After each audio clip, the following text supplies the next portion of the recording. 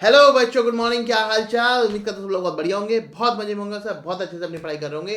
बेटा स्टार्ट करते हैं हम आज का पेपर डिस्कशन। आज हम सर क्या करने वाले हैं? आज बेटा कॉस्टिंग का जो सितंबर 24 में पेपर आया था उसके सजेस्टेड आंसर डिस्कस करेंगे कि भाई हमें किस तरीके से सॉल्व करने थे। प्लस बेटा साथ में आपको कुछ टेक्निक भी बताऊंगा जिससे हम क्विकली उन चीज़ों को सॉल्व कर सकते हैं।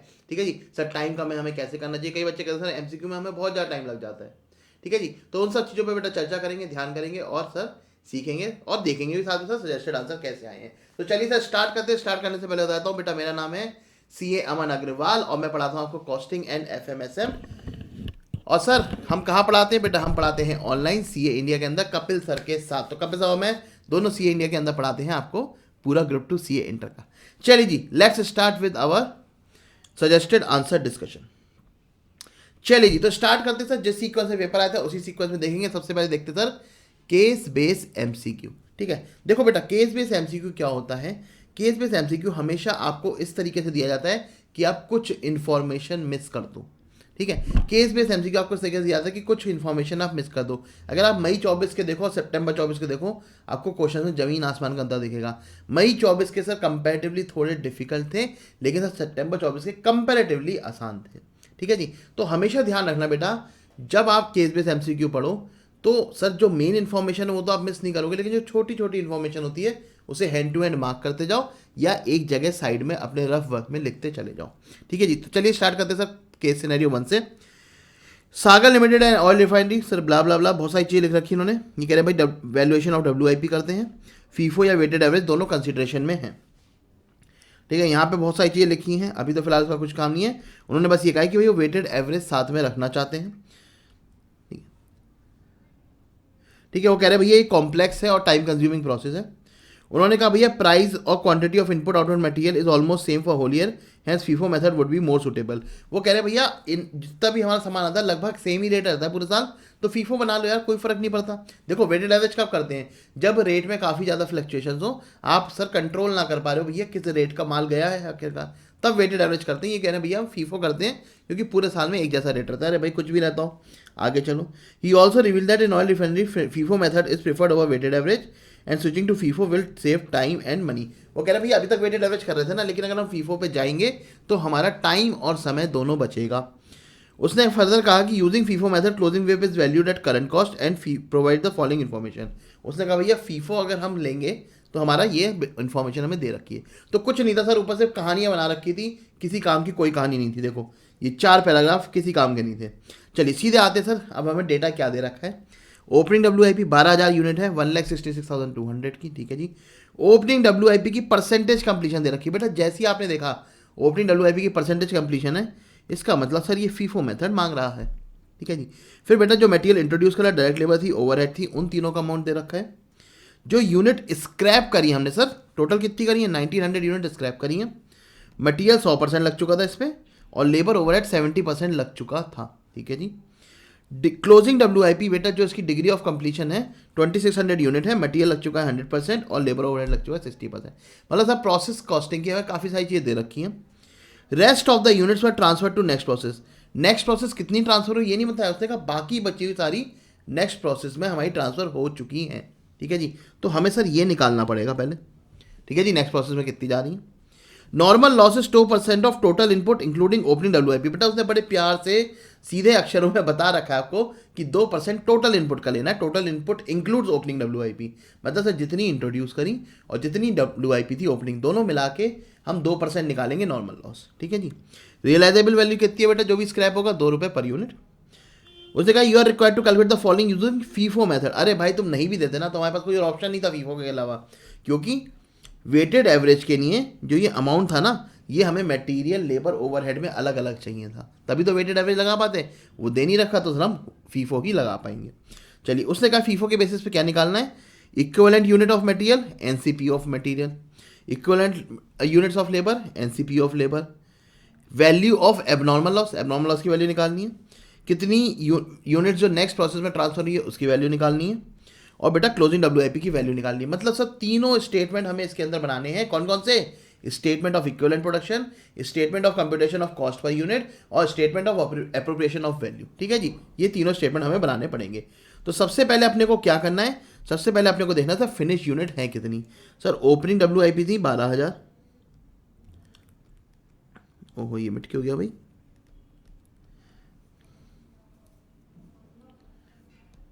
ठीक है जी, ओपनिंग WIP थी सर 12,000, यूनिट इंट्रोड्यूस थी 74,500। उन्होंने कहा स्क्रैप हो गई 1,900। अब स्क्रैप कैसे भी हुई हो यार, नॉर्मल हुई हो एबनॉर्मल हुई हो ना, बाद में देखेंगे। ठीक है, स्क्रैप फिलहाल हो गई 1,900 और 2,600 क्लोजिंग WIP। तो बेटा 82,000 हमारी नेक्स्ट प्रोसेस में गई होगी। ठीक है, सबसे पहले हमने निकाल लिया, जिससे हमेशा स्टेटमेंट ऑफ इक्विवेलेंट प्रोडक्शन बनाने में कोई दिक्कत नहीं आएगी। चलिए सर, अब आ जाते हैं हम स्टेटमेंट ऑफ इक्विवेलेंट प्रोडक्शन। हमने क्या करा था, हमारे पास अवेलेबल कितनी है, ओपनिंग WIP अवेलेबल है और सर जो यूनिट इंट्रोड्यूस्ड है वो अवेलेबल है। गई कहाँ कहाँ सर, क्लोजिंग WIP है 2,600, 84,000 सर नेक्स्ट प्रोसेस में ट्रांसफर होगी। सर फीफो लगा रहे हैं तो हम कहेंगे 84,000 में से, सॉरी 82,000 हमारी सर ट्रांसफर हो रही है, हम फीफो लगाएंगे, कहेंगे 12,000 तो मेरी ओपनिंग वेब वाली हो गई होंगी और 70,000 जो रिमेनिंग बैलेंस है वो हमने सर इस साल जो इंट्रोड्यूस करी होंगी वो हुई होंगी। ठीक है जी, इसके बाद बेटा हमें नॉर्मल लॉस निकालना है। हमें पता है sir normal loss total input का 2% है, तो हमने टोटल इनपुट लिया उसका 2%, 1730 यूनिट्स निकाल दिए। तो बेटा 1730 हमारी ये आ गई, बैलेंसिंग बेटा हमारा एबनॉर्मल लॉस आ चुका है। ठीक है जी, तो बेटा इस तरीके से हमने सारी यूनिट्स कर ली। इसके बाद बेटा इनकी परसेंटेज, बेटा ओपनिंग 100% और 80% हो चुका था, मतलब इस बार मटेरियल उसमें कुछ नहीं लगेगा और लेबर ओवरहेड खाली 20% लगेंगे। सर इस बार इंट्रोड्यूस हुआ, इसी बार कंप्लीट हो गया, दोनों जगह 100% होगा। Sir unit scrap normal loss के अंदर तो बेटा जीरो आता है, कभी भी हम यूनिट कंसीडर नहीं करते।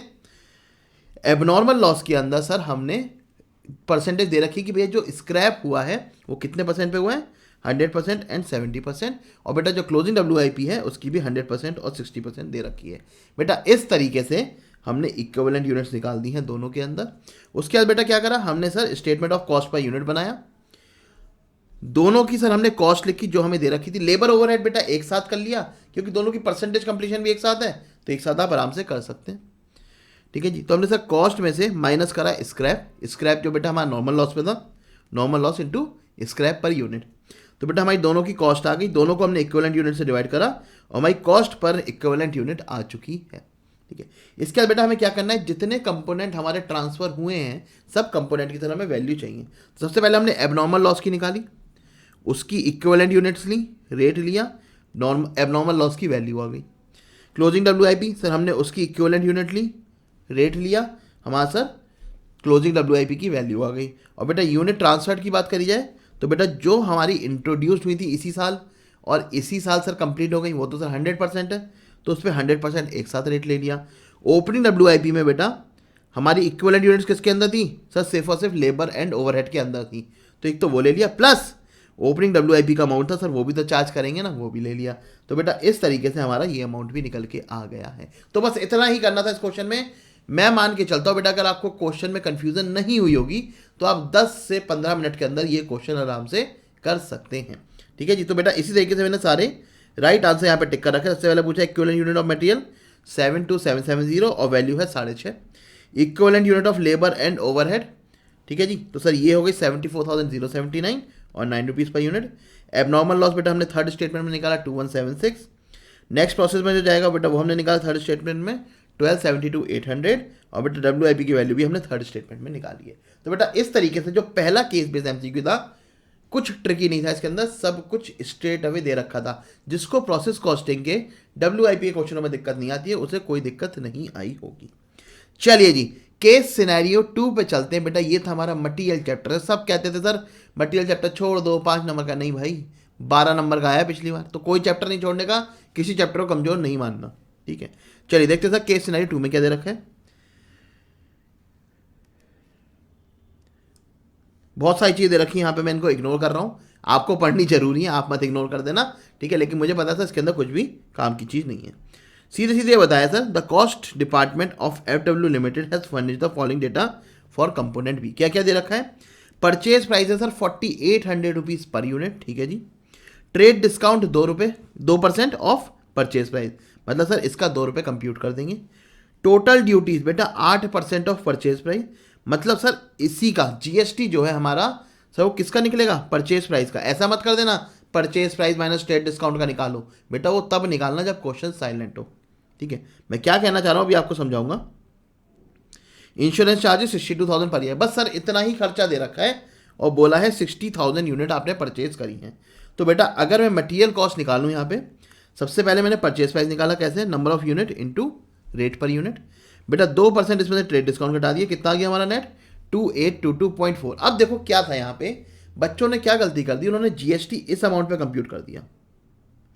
ठीक है, बच्चों ने जीएसटी सर इस अमाउंट पे कंप्यूट कर दिया जो उन्होंने अपने नॉलेज के हिसाब से ठीक करा। लेकिन यहाँ क्वेश्चन ने ना स्पेसिफिक दे रखा था कि total duty 8% of purchase price, और परचेज प्राइस कितना है 4800, यानी कि सर हमें जो ये अमाउंट है ना इसी पे जीएसटी निकालना पड़ेगा। ठीक है, और जीएसटी का इनपुट अवेलेबल नहीं है तो सर कॉस्ट में भी ऐड होगा। तो बेटा हमने जीएसटी निकाला किस पे, इस अमाउंट पे। ठीक है, उसके बाद सर सिंपल था, इंश्योरेंस ऐड करा, टोटल कॉस्ट निकल के आ गई हमारी मटेरियल की। ठीक है जी, अब सर आगे चलते हैं थोड़ा, हमसे पूछा क्या क्या है। अच्छा, इसके अलावा सर हमें यूसेज पर वीक और डिलीवरी पीरियड दे रखा है कि कितना हमारा मिनिमम, मैक्सिमम और एवरेज है, इसमें कुछ भी नहीं घुमा रखा है। हमें इमरजेंसी परचेज पीरियड भी दे रखा है बेटा 2 हफ्ते का। नीचे क्या दे रखा है बेटा, यानी लाइन सबसे इंपॉर्टेंट है जहाँ पे सबसे ज़्यादा बच्चे गलती करके आए हैं। उन्होंने कहा नॉर्मल वेस्टेज है 80 यूनिट जिसकी कोई रियलाइजेबल वैल्यू नहीं है। मतलब सर अगर मुझे इफेक्टिव यूनिट निकालनी तो कैसे निकालूंगा, सर इफेक्टिव यूनिट निकालूंगा 60,000 माइनस 80, क्योंकि बेटा हमेशा नॉर्मल लॉस लेस कर देता हूँ। तो इफेक्टिव यूनिट आ गई बेटा मेरी 59,920। उसके बाद हमसे बोला बेटा फैक्ट्री 365 दिन काम करती। देखेंगे सर यहाँ इसकी क्यों जरूरत पड़ रही है, आगे चलते हैं। सबसे पहले वो कह रहा है कैलकुलेट पर unit cost of material by using average price method. जब बेटा एवरेज प्राइस मेथड बोला जाए ना तो सिंपल एवरेज मत मानना, हमेशा वेटेड एवरेज मानना। तो कह रहा है बेसिकली कॉस्ट पर यूनिट बता दो वेटेड एवरेज के हिसाब से। सर ओपनिंग स्टॉक भी दे रखा है मैं इस क्वेश्चन में 5000 यूनिट 5150 के हिसाब से, और क्लोजिंग स्टॉक भी रखा है 4500 के हिसाब से। तो अगर हमें बेटा वेटेड एवरेज प्राइस निकालना है तो हम क्या करेंगे, जितने का ओपनिंग था प्लस जितने का हमने परचेज करा divide by number of units. तो चलिए सर हमने एवरेज प्राइस कैसे निकाला, ओपनिंग स्टॉक की वैल्यू प्लस जो इस बार हमने परचेज करा उसकी value divide by opening stock, और जो इतना इस बार परचेज करा नॉर्मल कॉस्ट वो हमने निकाल दी। बेटा 5100 रुपीज़ का हमारी एक यूनिट आ चुकी है। तो पहले क्वेश्चन का आंसर क्या आ रहा है 5100। कई बच्चों ने 5094 भी टिक करा क्योंकि सर उन्होंने नॉर्मल लॉस नहीं लिया था, इसलिए सर उनका थोड़ा सा अलग आ रहा था। तो 5100 is the correct answer. Next पूछा calculate minimum stock level. Minimum stock level कैसे निकलता है sir, ROL minus average consumption into average lead time. Sir average consumption भी दे रखा है, एवरेज लीड टाइम भी दे रखा है, ROL निकालना पड़ेगा। अरे सिंपल यार, ROL कैसे निकलता है, maximum consumption into maximum lead time. तो maximum consumption into maximum lead time. चलिए सर हमने देखिए कैसे निकाला है, रीऑर्डर लेवल निकाल दिया पहले, maximum consumption into maximum lead time, फिर बेटा हमने मिनिमम लेवल निकाल दिया, रीऑर्डर में से average consumption average lead time हटा के सर हमारा मिनिमम लेवल आ गया है 2925 यूनिट्स। ठीक है जी, 2925 यूनिट्स हमारा निकल के आ गया। Next sir what will be the danger level. बेटा अब देखो डेंजर लेवल में क्या होता है, इंस्टीट्यूट ने जो अपना स्टडी मटेरियल दे रखा है ना उसमें उन्होंने बोला है एवरेज स्टॉक को लेना है, तो इसलिए यहाँ पे भी सर एवरेज स्टॉक को ही लिया गया है। ठीक है, तो average stock into danger period यानी कि इमरजेंसी पीरियड, तो 1125 इंटू 2 हमारा सर 2250 यहाँ पे आ गया है डेंजर लेवल के हिसाब से। अरे यार 2240 क्यों टिक हो रखा है 2250, एक मिनट रुको यार आंसर। ठीक है जी 2250 सर हमने टिक कर दिया है। चलिए अगला पूछ रहे हैं sir calculate the number of days round off for which average inventory level to be held. Sir inventory हमारी कितने दिनों की नहीं रखी गई है। सबसे पहले सर हमें नंबर ऑफ डेज निकालने से पहले इन्वेंट्री टर्नओवर रेशियो निकालना पड़ेगा। इन्वेंट्री टर्नओवर रेशियो कैसे निकलता है sir, COGS upon average inventory. COGS कितनी है सर, हमने बेटा जितना भी कॉग्स देखो हमने कैसे निकाला है, opening stock plus purchase minus closing stock, ये हमारा कॉग्स निकल के आ गया। तो हमने कॉग्स रखा divided by average inventory. Average inventory कैसे आएगी बेटा, जो हमारी ओपनिंग है प्लस क्लोजिंग डिवाइड बाई 2। तो बेटा हमने सबसे पहले इन्वेंट्री टर्नओवर रेशियो निकाल दिया, कॉग्स अपॉन एवरेज इन्वेंट्री 12.65 आया। अब हमें सर नंबर ऑफ डेज निकालने, हमें बताया गया था 365 डेज है पूरे साल में, तो 365 डिवाइड बाई 12.65 तो बेटा 28.88 या फिर राउंड ऑफ में 29 डेज हम बोल सकते हैं।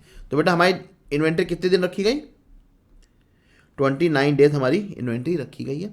लास्ट आते sir calculate the amount of abnormal loss during storage to be transfer to costing panel. वो कह रहे हैं हमें एबनॉर्मल लॉस कितना ट्रांसफर करना चाहिए। अब देखो यहाँ पे बच्चे क्या गलती करते हैं,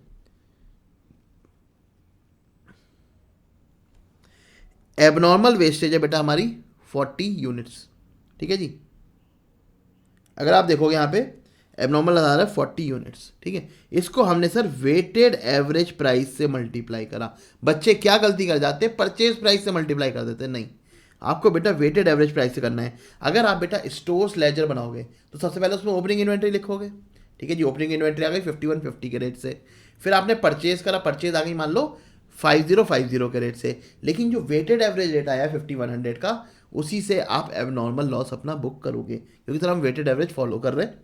तो बेटा इसलिए हमने यहाँ पे वेटेड एवरेज प्राइस रखा है 40 इंटू 5100 से 2,04,000 रुपये का हमारा एबनॉर्मल लॉस आ चुका है, ठीक है जी। तो बेटा इस तरीके से हमारे दोनों बड़े केस बेस एमसीक्यू हो गए। मैं कहता हूँ बेटा जिन बच्चों ने सितंबर 24 का पेपर दिया था, ठीक है, और अगर बेटा आप लोगों से क्वेश्चन सॉल्व नहीं हुआ, तो अगर टाइम प्रेशर की वजह से नहीं हुआ या एग्जाम प्रेशर की वजह से नहीं हुआ तो थोड़ी प्रैक्टिस और करूँ, लेकिन अगर आपको कंसेप्चुअली नहीं हुआ ये सॉल्व, ठीक है, कंसेप्चुअली सॉल्व नहीं हुआ, तो आपको थोड़ा सर अपने कंसेप्ट रिवीजन पे टाइम लगाना चाहिए, ठीक है। क्योंकि सर काफ़ी बेसिक कंसेप्ट है इसके अंदर, ऐसा कोई नहीं था कि बिल्कुल यूनिक कंसेप्ट निकाल के लाए थे, सारे बेसिक कंसेप्ट थे, बस उनको सर जोड़ के एक क्वेश्चन बना दिया था, ठीक है।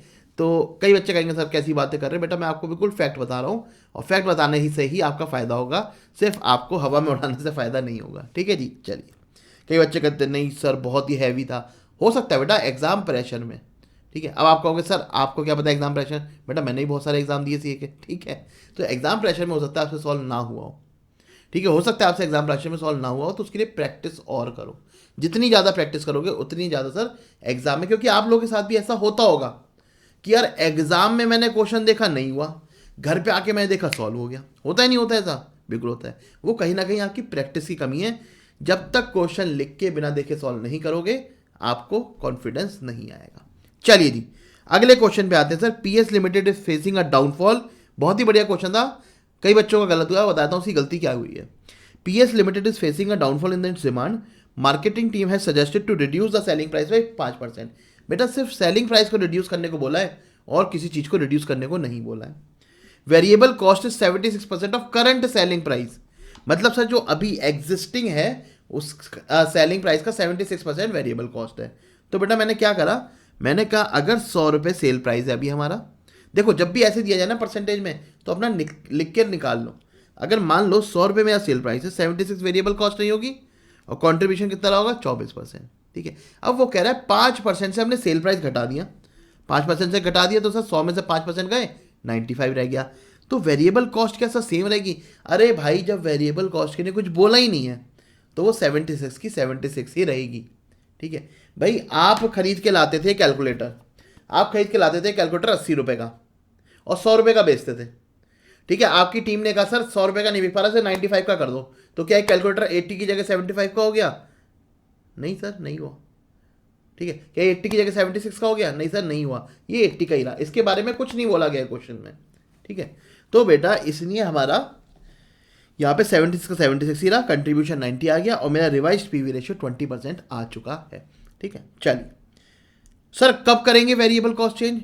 बेटा अगर ये आपसे बोला जाता करंट की जगह न्यू सेलिंग प्राइस का बोल देते, ठीक है, या फिर आपको बोल देते कि variable cost to sales ratio में भी फर्क आ जाएगा या variable cost to same ratio भी सेम रहेगा, ठीक है, तब करते हैं हम सब 76%, ठीक है जी। चलिए नेक्स्ट क्वेश्चन पे आते हैं sir. In automotive machine manufacturing sector a component is manufactured, EOQ दे रखा है आपको 1500। अरे सर ईओक्यू दे रखा है, हाँ बेटा ईओक्यू दे रखा है। ओ दे रखा है cost of placing an order, carrying cost दे रखी है 10% ऑफ 20 रुपीज़ यानी कि 2 रुपये। आपसे पूछा है एनुअल डिमांड निकालनी है, मतलब सर 2AO डिवाइड बाई सी में आपको सी दे रखा है, आपको ओ दे रखा है और आपको ईओक्यू दे रखा है, आपसे ए निकालने को बोला है, ठीक है जी। तो हमने सर फॉर्मूला रखा, जितनी हमारे पास फिगर थी सारी हमने रख दी और सर ए हमारा सिंपली 22,500 निकल के आ गया है। चलिए जी नेक्स्ट क्वेश्चन पे आते हैं। In a mutual project both Raj and Bhuvan are contributing their efforts using identical material, Raj receive a bonus based on Rowan. बेटा राज को रोवन मिलता है, ठीक है, और भुवन को हाल से मिलता है। राज को रोवन, भुवन को हाल से मिलता है। जो स्टैंडर्ड टाइम है काम करने का वो 150 आ रहा है। सर ये स्टैंडर्ड टाइम दोनों के लिए अलग अलग होगा या सेम होगा? बेटा जब दोनों सेम काम कर रहे हैं तो दोनों के लिए स्टैंडर्ड टाइम भी सेम रहेगा। राज ने लिए 90 घंटे और भुवन ने लिए 120 आज ही दे रखा है। सर आर्ली वेज रेट राज का बेटा 30 रुपये आर्ली वेज रेट है वो कह रहे हैं दोनों वर्कर्स की टोटल अर्निंग सेम है। ठीक है, दोनों वर्कर्स की टोटल अर्निंग सेम है। तो उन्होंने कहा भैया बताओ भुवन का आर्ली वेज रेट क्या होगा। तो हमें क्वेश्चन में क्या दे रखा है बेटा, स्टैंडर्ड आवर्स दे रखे हैं, दोनों के सेम है। एक्चुअल टाइम दे रखा है बेटा 90 आवर्स और 120 आवर्स। बेटा इसका जो नॉर्मल वेज रेट है वो राज का हमें दे रखा है 30, भुवन का हमें निकालना है। हमने करा क्या सर, दोनों की टोटल अर्निंग को बराबर रख दिया। मतलब सर राज की हमने टोटल अर्निंग रखी sir, actual hours work into rate. Sir जितना उसने टाइम सेव करा 60 घंटे सेव करे, है ना, 150 घंटे में काम होना था 90 घंटे में करा। सर 60 घंटे सेव करे ये रेट, और ये सर रेश हो गया क्योंकि सर राज को रो 1 के हिसाब से मिल रहा है। भुवन की बात करें तो सर हमें इसका रेट नहीं पता, लेकिन 120 घंटे काम करा है, 30 घंटे सेव करें, जो भी रेट था उसको हमने आर मान लिया, यहाँ पे 50%। बेटा इस इक्वेशन को हमने सॉल्व करा और आर हमारा 28 रुपये निकल के आ गया। मतलब सर भुवन को 28 रुपये पर घंटे के हिसाब से पैसे दिए जा रहे थे। ठीक है जी, तो 28 इज अवर करेक्ट आंसर। चलिए जी नेक्स्ट क्वेश्चन पे चलते हैं। On 1 April 2023 number of workers employed in a factory were 150। बेटा ओपनिंग नंबर ऑफ एम्प्लॉयज आपको दे रखे हैं, 30 ने छोड़ के चले गए, 5 को आपने निकाल दिया और 15 को रिप्लेसमेंट की तरह हायर करा। आपसे पूछा labour turnover ratio separation method से। सबसे पहले sir number of employees separated चाहिए सेपरेशन मेथड में। बेटा कितने एम्प्लॉय सेपरेट हुए, 30 + 5 दोनों होते हैं सर। सेपरेशन में आप कैसे भी जा रहे हो, चाहे धक्के मार के निकाले जा रहे हैं चाहे खुद छोड़ के जा रहे हो, दोनों सर सेपरेशन के अंदर आते हैं। तो बेटा आपने क्या करा, जो सेपरेटेड थे वो ले लिए, तो न्यूमरेटर तो आपके पास आ गया 35। अब बात है सर डिनोमिनेटर की। डिनोमिनेटर में क्या लेते हैं, average number of employ. Average number of employ कैसे निकलते हैं, opening plus closing divide by 2। क्या ओपनिंग है मेरे पास, यस। क्या क्लोजिंग है, नहीं सर, क्लोजिंग निकाल लूंगा। तो सबसे पहले हमने बेटा क्लोजिंग नंबर ऑफ एम्प्लॉयज निकाला 130, एवरेज नंबर ऑफ एम्प्लॉयज आ गया 140, और बेटा फिर हमने एम्प्लॉय टर्नओवर सेपरेशन मेथड से निकाल दिया 35/140 25%। ठीक है जी। तो कई बच्चों ने यहाँ पे क्या गड़बड़ करी, उन्होंने एवरेज एम्प्लॉय को ना 150 मान लिया, बोले जो ओपनिंग होंगे वही क्लोजिंग होंगे। नहीं भाई, उसने क्लोजिंग निकालने का आपको तरीका दे रखा है। ठीक है जी। चलिए नेक्स्ट क्वेश्चन पे चलते हैं सर। फिर से प्रोसेस अकाउंट का मतलब सर प्रोसेस अकाउंट और जो आपका, ठीक है जी, जो प्रोसेस अकाउंट है और जो आपका था मटेरियल है, दोनों 12-12 नंबर का है, दोनों 12-12 नंबर के एमसीक्यू के अंदर आ गए। सोचो, ठीक है जी, 30 में से सर 12 नंबर प्रोसेस और 12 number material cost. A chemical is pass through 3 process and the output of process 1 is transfer to process 2। The input in process 1 are 58,500। बेटा प्रोसेस 1 में 58,500 आप इनपुट करते हो और आउटपुट आता है 55,200 का। नॉर्मल लॉस है 2%, ठीक है, बाकी सारा एबनॉर्मल लॉस है। You are required to calculate the per unit cost of output in process 1 if the total expenses. बेटा आपको टोटल एक्सपेंस दे रखे हैं, यूनिट्स का दे रखा है, आपसे एनसीपीयू पूछा है बेसिकली। तो आप एनसीपीयू कैसे निकालोगे, सबसे पहले आपने देखा कि इनपुट कितना है, उसमें से नॉर्मल लॉस आपने लेस कर दिया। कैसे निकाला सर, इसका 2%, इसका 2% निकाल दिया। फिर बेटा आउटपुट लेस करा, आपके पास एबनॉर्मल लॉस बच गया 2130। एनसीपीयू निकालेंगे बेटा total cost divide by total input minus normal loss. बेटा 12 रुपये पर यूनिट निकल के आ गया हमारा, और हमने सर 12 रुपये पर यूनिट को टिक कर दिया है। तो बेटा इस तरीके से हमने केस बेस एमसीक्यू कर लिया है। बेटा अगर आपकी तैयारी अच्छी है तो ये 30 नंबर आपके कहीं नहीं जा सकते। ठीक है, 30 में से आप आराम से 24-26 आराम से स्कोर कर सकते हो विद इन एन आवर। ठीक है, विद इन एन आवर बेटा आप 24 से 26 मार्क्स आराम से स्कोर कर सकते हो। ठीक है जी। तो बेटा बड़े ध्यान से करना, बस हर चीज़ को 2 बार पढ़ लेना और कुछ नहीं है। चलिए जी, तो बेटा इस तरीके से हमारा सारा केस बेस एमसीक्यू या एमसीक्यू वाला पार्ट खत्म होता है। अब हम आते हैं डिस्क्रिप्टिव पार्ट पे। डिस्क्रिप्टिव पार्ट में बेटा पहला क्वेश्चन क्या दे रखा है, 1 मिनट का पॉज लूंगा फिर हम इसको भी रिज्यूम करते हैं।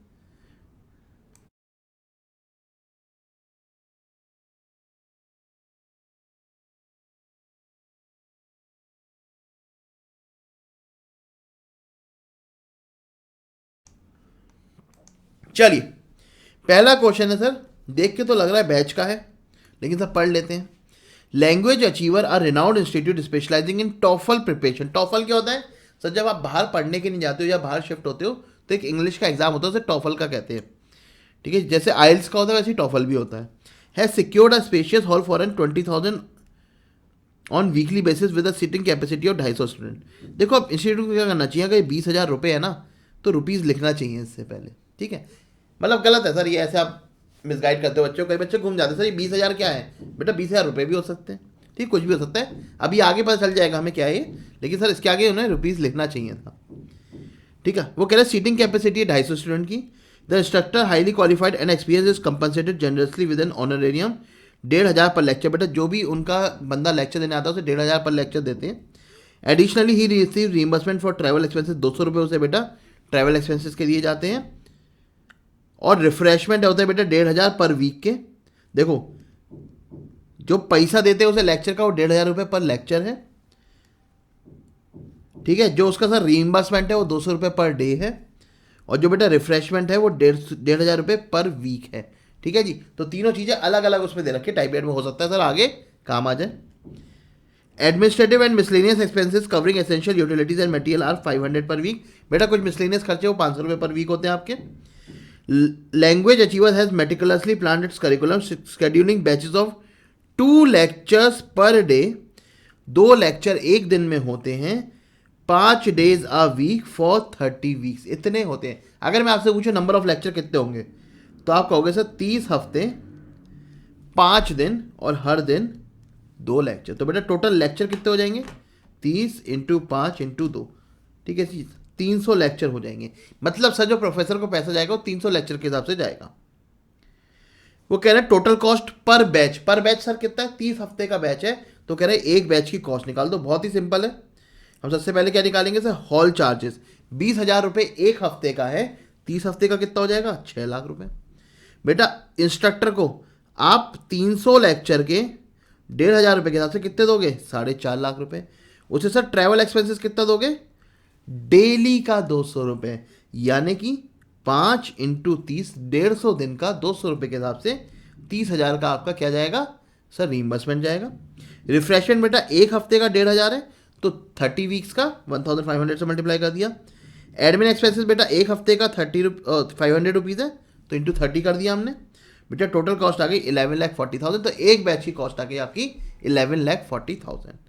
नेक्स्ट पूछा है बेटा हमसे, determine the minimum fee per student in a batch to cover cost if the batch is fully occupied. बेटा अगर बैच फुल्ली ऑक्यूपाइड होता है, सर एक बैच में कितने बच्चे आते हैं, बेटा पहली लाइन में बताया था 250 बच्चे आते हैं, तो पर स्टूडेंट क्या फीस होनी चाहिए सर। सिंपल अपन क्या करेंगे, टोटल कॉस्ट डिवाइड बाई 250, मतलब सर 4,560 मिनिमम हमें चार्ज करना पड़ेगा, तब हम नो प्रॉफिट नो लॉस में रहेंगे। ठीक है जी, वो कह रहे हैं calculate the fee to be charge from each student if batch is 80% filled and institute aims to achieve a profit of 25%। वो कह रहे हैं अगर हमारा बैच 80% भरा हुआ है, मतलब 80% बच्चे आते हैं और हमें 25% चार्ज करना है ऑन सेल्स प्राइस। अगर हमें सेल्स प्राइस से 25% चार्ज करना है तो बताओ कितनी फीस चार्ज करनी पड़ेगी। तो सबसे पहले बेटा अगर हम कहें, अगर हमें सेल्स का 1/4 प्रॉफिट चाहिए, इसका मतलब सर कॉस्ट का प्रॉफिट वो 1/3 होगा। तो सबसे पहले बेटा हमने टोटल अमाउंट निकाल लिया कितना रिकवर करना है। 11,40,000 सर हमारी कॉस्ट थी, प्रॉफिट निकाल के बेटा हमारा सेल्स आ गया 15,20,000। कैसे आया ये, 11,40,000 प्लस 11,40,000 इंटू 1/3, 15,20,000 आ गया। अब बेटा हमने इसको डिवाइड बाई 80% ऑफ स्टूडेंट से कर दिया। ठीक है, 250 स्टूडेंट थे, 80% से 200 स्टूडेंट आ गए, तो बेटा हमने जितना अमाउंट उनसे रिकवर करना है डिवाइड बाई 200, यानी कि सर हर बच्चे से 7,600 रुपीज़ चार्ज करेंगे। ठीक है जी, तो इस तरीके से सर ये हमारा क्वेश्चन हो जाना था। अब कई बच्चे क्या होता है सर, इसको बैच की तरह देखते हैं। बेटा मैं बताता हूँ, कॉस्टिंग में आपको कोई भी क्वेश्चन किसी चैप्टर स्पेसिफिक नहीं देखना है।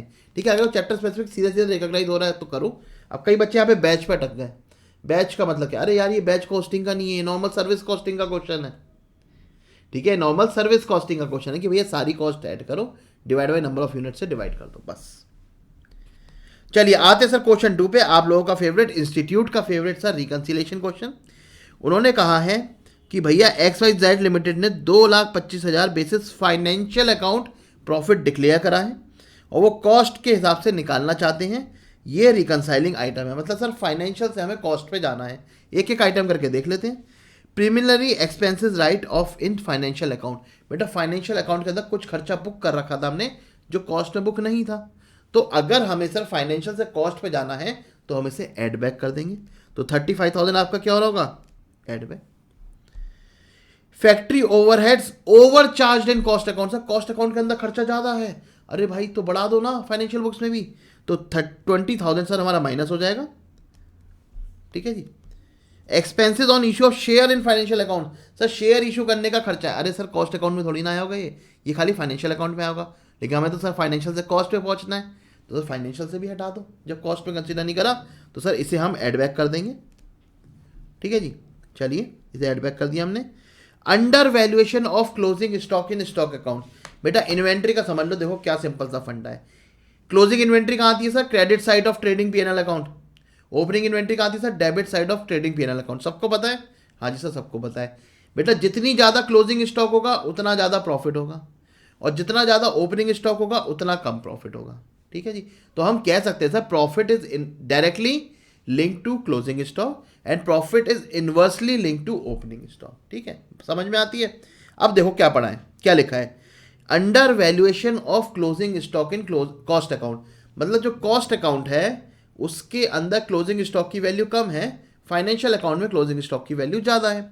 इसका मतलब सर फाइनेंशियल अकाउंट का प्रॉफिट भी ज़्यादा होगा और कॉस्ट अकाउंट का प्रॉफिट कम होगा।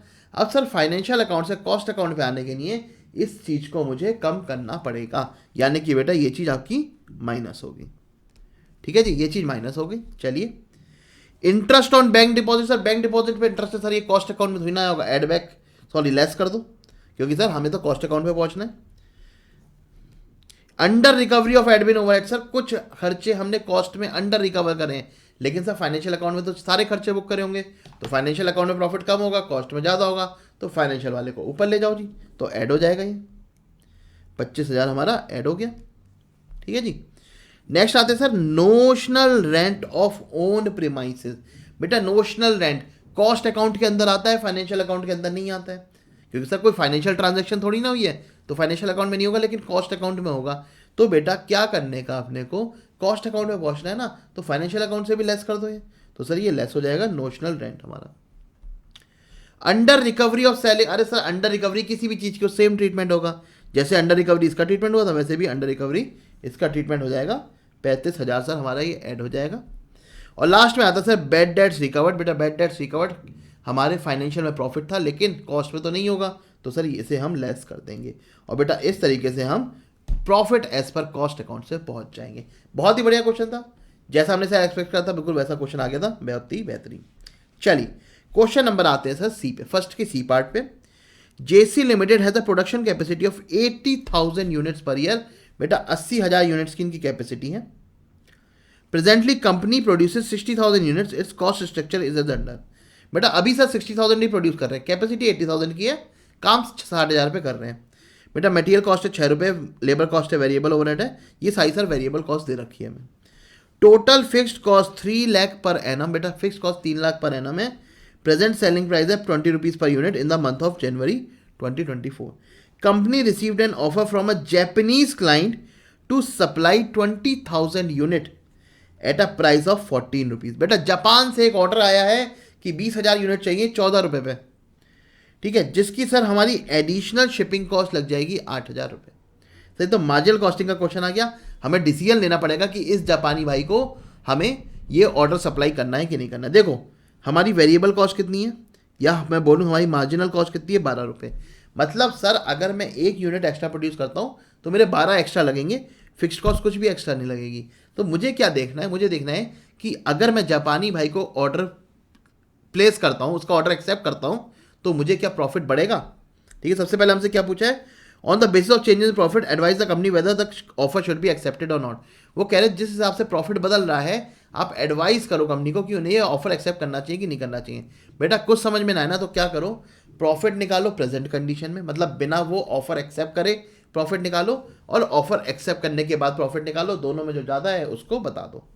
ठीक है जी, तो हमने क्या करा है, एग्जिस्टिंग प्रोडक्शन सर 12 लाख की सेल है, इसमें से हमने सर सारी वेरिएबल कॉस्ट घटा दी, हमने सर फिक्स कॉस्ट घटा दी, हमारा प्रॉफिट आ गया 1,80,000 एग्जिस्टिंग कंडीशन के अंदर।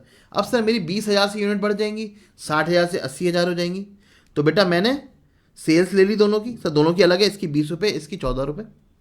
ठीक है, टोटल सेल्स आ गई। वेरिएबल कॉस्ट तो सर पर यूनिट सेम रहेगी, वही लेस कर दी, माइनस करी बेटा मैंने एक शिपिंग कॉस्ट 8,000 रुपये की, और 3 लाख जो हमारी फिक्स कॉस्ट थी 2,12,000, यानी कि सर मेरा प्रॉफिट 32,000 से बढ़ रहा है, तो मैं कहूँगा भाई एक्सेप्ट कर ले और इसके साथ आगे चल। इसका सर शॉर्टकट तरीका क्या था, देखो मैं बताता हूँ आपको। शॉर्टकट तरीका भी हो सकता है बेटा, आपने कहा आपकी 12 रुपये कॉस्ट आ रही है, आप 14 रुपये पर यूनिट में बेचोगे, यानी कि 2 रुपये पर यूनिट आप एक्स्ट्रा कमाने वाले हो। 20,000 बेचोगे तो 40,000 कमाओगे, लेकिन 8,000 रुपये की आपकी शिपिंग कॉस्ट जाएगी एक्स्ट्रा, तो 32,000 आप एक्स्ट्रा प्रॉफिट कमाओगे। तो ये शॉर्टकट है, इससे भी कर सकते हो, आपका आंसर बिल्कुल ठीक होगा। ठीक है जी, आपका आंसर बिल्कुल ठीक होगा। अब सेकंड पार्ट में क्या कह रहा है, will your advice be different if the customer is local one. वो कह रहे हैं अगर कस्टमर लोकल होता तो क्या आपकी एडवाइस डिफरेंट होती। देखो अगर सिर्फ मैं फाइनेंशियल टर्म्स में बात करूं तो मेरे को सिर्फ फाइनेंशियली कोई फर्क नहीं पड़ता, चाहे जापानी खरीदे चाहे हिंदुस्तानी खरीदे, मेरे को 32,000 का एक्स्ट्रा प्रॉफिट होता। ठीक है, लेकिन सर लोकल में दिक्कत क्या होती है ना, मैं हर बंदे को अलग अलग रेट पे नहीं बेच सकता हूं, कस्टमर डिससेटिस्फेक्शन बढ़ जाता है। तो वही चीज लिखी होगी उन्होंने, yes the advice will be different if the customer is local one, since the company is currently selling at 20 rupees in the local market and therefore selling at discounted price of 14 may impact its local market। तो या तो मैं जैसे दुकानदार कहते हैं ना कि भाई साहब सिर्फ आपको लगा रहा हूं ये रेट, बाकियों को मत बोलना, या तो ऐसे पे मेरी कस्टमर बात मान जाए। ठीक है, तो वो किसी को जाके ना बके कि भैया 14 रुपये पे लेके आए हो, तो बात ठीक है, वरना सर सबको पता चल जाएगा और मेरी ग्राहकी खराब हो जाएगी। 20 वाला कहेगा भैया हम क्या पागल है, तुमसे 20 रुपये में ले रहे हो, तुम उसको 14 रुपये में बेच रहे हो। तो लोकल में सर नॉर्मली ऐसा नहीं करते हैं, तो इसलिए सर कंपनी ने कहा है कि भैया हम एडवाइस चेंज कर देंगे, हम लोकल मार्केट में 14 रुपये का नहीं बेचेंगे। ठीक है जी, फाइनेंशियली नहीं है सर, फाइनेंशियली तो फिर भी 32,000 का प्रॉफिट होगा। If Japanese client offer for supply 30,000 unit at a price of 40 and shipping cost treated as variable cost, analyze the impact on the profit if order is accepted। वो कह रहे हैं कि भैया जापानी 30,000 यूनिट का आपको ऑर्डर देता है, 30,000 यूनिट का जब आपको ऑर्डर देगा, और ऐसा नहीं है आप उससे कहोगे कि जापानी भाई तेरा जूता है जापानी, मैं खाली 20,000 तो मैं सप्लाई कर पाऊंगा, नहीं, या तो 30,000 करो या फिर 0 करो। उस केस में आप क्या करोगे बेटा, उस केस में हम सिंपल कहेंगे कि भैया हम दोनों सिनेरियो में प्रॉफिट निकाल लेते हैं जहां पे हमें ज़्यादा प्रॉफिट आएगा। तो हमने कहा भैया अगर हम 80,000 बनाते हैं और लोकल वालों को 10,000 हमें मना करना पड़ेगा, उन्हें हम 60,000 दे रहे हैं, अब हम उन्हें 50,000 बेच पाएंगे। बाहर वाले को हमने सब पूरा ऑफर एक्सेप्ट करके देखा, हमने देखा भाई देखते प्रॉफिट कितना आता है। तो बेटा सबसे पहले हमने वेरिएबल कॉस्ट ले ली सारी। शिपिंग कॉस्ट उसने बोला वेरिएबल मान लो, अगर 20,000 यूनिट की 8,000 शिपिंग कॉस्ट है तो 30,000 की 12,000 हो जाएगी, और बेटा फिक्स कॉस्ट हमारी 3 लाख है, तो हमारा प्रॉफिट आ रहा है 1,48,000। अगर सर इसका ऑफर एक्सेप्ट नहीं करता तो प्रॉफिट कितना था, 1,80,000। इसका ऑफर एक्सेप्ट कर लिया तो कितना आया, 1,40,000। ना भाई ना जापानी भाई, हमें तुम्हारा मामला नहीं चाहिए, हम 60,000 यूनिट बेच के ज़्यादा कमा रहे तुम्हारे 80,000 की जगह। ठीक है, तो हम सर नहीं एक्सेप्ट करेंगे। तो बेटा इस तरीके से याला आपका मार्जिनल कॉस्टिंग का क्वेश्चन है, सेम बेटा मैंने रिवीजन में भी कराया हुआ था पिछली बार के, वो आपको आ गया होगा। चलिए जी नेक्स्ट क्वेश्चन पे चलते हैं।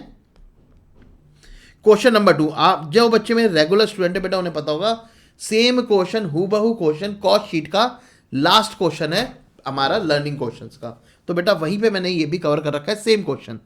चलिए क्या है, MNP limited have the capacity to produce 84,000 units of a product very month, its prime cost unit at various level of production. वो कह रहे हैं सर इनकी कैपेसिटी है 84,000 यूनिट बनाने की, और इनकी प्राइम कॉस्ट ना कैपेसिटी के हिसाब से फ्लक्चुएट करती है। सर क्यों करती है मैं बताता हूँ आपको। आप कहोगे सर प्राइम कॉस्ट ही तो वेरिएबल होती है, ये तो चाहे मैं 10 यूनिट बनाऊँ तब भी उतनी होनी चाहिए, 1000 बनाऊँ तब भी उतनी होनी चाहिए, लेकिन बेटा बल्क में डिस्काउंट भी तो आता है, बल्क में डिस्काउंट भी तो आता है। भाई मैं 100 बाइक बना रहा हूँ तो मुझे टायर मिलेगा कितने का, मान लो 4,000 रुपये का। मैं 10,000 बाइक बना रहा हूँ तो मुझे सर टायर कितने का मिलेगा, हो सकता है 3,000 का मिल जाए डिस्काउंट पे। ठीक है, तो सर ये जो प्राइम कॉस्ट में वेरिएशन देख रहे हो ना, ये डिस्काउंट्स वगैरह की वजह से आते हैं। ठीक है, तो बेटा यहाँ पे उन्होंने कहा कि अगर आप 10% कैपेसिटी पे काम करते हो तो आपकी 50 रुपये पर यूनिट प्राइम कॉस्ट आएगी, अगर आप 100 पे कर रहे हो तो 32 रुपये पर यूनिट आएगी, और बीच में अलग अलग हर कैपेसिटी की बता रखी है। आगे क्या बोला है, it's prime cost consist of only raw material and direct wages and direct expenses in the ratio 3:1, 3:2:1। बेटा जो direct material direct labour direct expenses है 3:2:1 में हमारे बाइफरकेटेड है। In the month of January 2024, the company worked at 40% capacity and raw material purchase amounting to rupees 8,40,000। ये कह रहे हैं भैया जनवरी में जनवरी में, है ना, जनवरी में सर हमने 40% कैपेसिटी पे काम किया है और हमने रॉ मटेरियल इतने का परचेज किया है। फरवरी में हमने 100% कैपेसिटी पे काम किया है और रॉ मटेरियल इतने का परचेज किया है। ठीक है, सिर्फ रॉ मटेरियल की बात हो रही है। It is a policy of the company to maintain opening stock of raw material equal to 1/3 of the closing stock of raw material. Sir ये कंपनी की पॉलिसी है कि opening stock of raw material जो है वो 1/3 of closing stock of raw material होता है। ठीक है जी। Factory overheads are recovered at 60% of direct wages cost. बेटा फैक्ट्री ओवरहेड हमारे डायरेक्ट वेजेस कॉस्ट के 60% होते हैं। Fixed admin expenses as a part of production cost, उसने बोल दिया भैया प्रोडक्शन वाले मान लेना। And fix selling and distribution expenses are 2,01,000 and 1,68,000 per month respectively. आपको बेटा admin overhead related to production और सेलिंग एंड डिस्ट्रीब्यूशन ओवरहेड आपको बता रखा है। During the month of January company sold 33,600 units at 68.8 per unit. Variable distribution cost is 120। तो बेटा आपको कुछ डिस्ट्रीब्यूशन ओवरहेड भी बता रखे per unit. The management of the company chalks out a PL for the month of February 2024 to sell its whole output at 61 per unit by incurring following further expenditure. उन्होंने कहा कि भैया फरवरी में वो 61 rupees per unit पे बेच देंगे, ये फर्दर एक्सपेंडिचर करके। ठीक है जी, ये फर्दर एक्सपेंडिचर कर देंगे सर, ये सारे एडवर्टीजमेंट के खर्चे। ठीक है जी, ये सारे फर्दर एक्सपेंडिचर कर देंगे। In the month of February 24, there is a significant saving in the material cost per unit due to entry of new supply in the market and saving in per unit cost of direct wages and direct expenses due to introduction of new policy by the management. Prepare a cost sheet for the month of January 24 and February 24 showing prime cost with different element of prime cost, factory cost and cost of production, total cost and profit and। तो बेटा वो आपसे cost sheet बनवाना चाह रहे हैं। मैं कहता हूँ ये कम से कम 10 मार्क्स का होना चाहिए था, लेकिन क्या करें सर, अब MCQ आ गए हैं तो ये आपका उन्होंने सिर्फ 8 मार्क्स का कर दिया है। चलिए सर, इसकी सर हम सबसे पहले देखते हैं कॉस्ट शीट सर कैसे बनेगी। ठीक है, तो बेटा पहले वर्किंग नोट पे आते हैं। 1 मिनट का पॉज देना बेटा मुझे।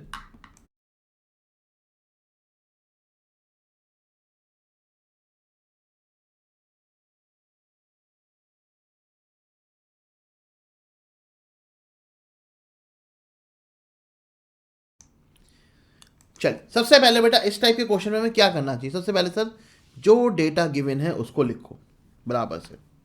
ठीक है, तो हमें सर डेटा क्या गिवन है, हमें सर परचेजेस गिवन है। ठीक है जी, हमें परचेजेस गिवन है। मटेरियल परचेज कितना दे रखा है, ये दे रखा है 8,40,000 और 16,46,400। हमने सर वो लिख दिया। सर कैपेसिटी हमें दे रखी है कितनी,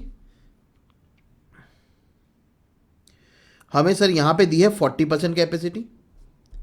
ठीक है जी, यहाँ पे दी हमें 44% कैपेसिटी, तो कैसे निकाली होगी हमने 84,000 का 40% और यहाँ पे बेटा पूरी 84,000 ही है हमारी। तो 84,000 का 40% कितना हो गया, ये हो गया 33,600। ठीक है, तो हमें सर जो चीज़ दे रखी है वो लिखते जा रहे हैं एक एक करके। आगे क्या दे रखा है सर, हमें एडमिन ओवरहेड दे रखी है हमें सर 2,01,600 रिलेटेड टू प्रोडक्शन।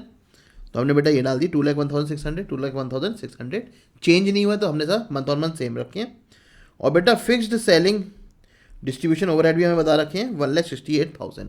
तो बेटा वो भी हमने लिख रखे हैं यहाँ पे 1,68,000, 1,68,000। ठीक है जी, अब चलते हैं सर आगे। उन्होंने हमें बता रखा है सर कि हमारी डिस्ट्रीब्यूशन ओवरहेड 1.5 रुपये पर यूनिट है। तो हमारे सर यहाँ पे कितना था 33,600 यूनिट थी, यहाँ पे 84,000 यूनिट थी। तो बेटा उसके बेसिस पे हमने वेरिएबल डिस्ट्रीब्यूशन ओवरहेड निकाल दी, कितने 33,600 इंटू 1.5 और यहाँ पे 84,000 इंटू 1.5।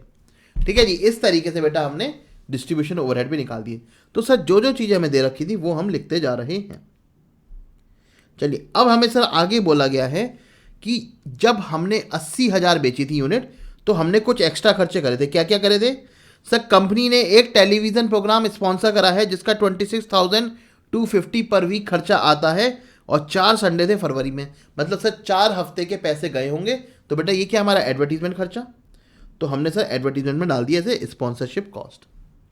ठीक है, अगला हमें दे रखा है sir high tea program every month for इस पोटेंशियल कस्टमर। बेटा हाई टी रखते हैं अपने पोटेंशियल कस्टमर के लिए 1,05,000, वो हमने फिर डाल दिया। फिर हमें चौथा खर्चा दे रखा है स्पेशल गिफ्ट आइटम 105 रुपये एक सेल पे। अच्छा, 1 दर्जन यूनिट बेचोगे तो 105 रुपये का आपको गिफ्ट देंगे, मतलब सर 84,000 डिवाइड बाई 12 इंटू 105। बेटा 7,35,000 के आपके गिफ्ट आ गए हैं।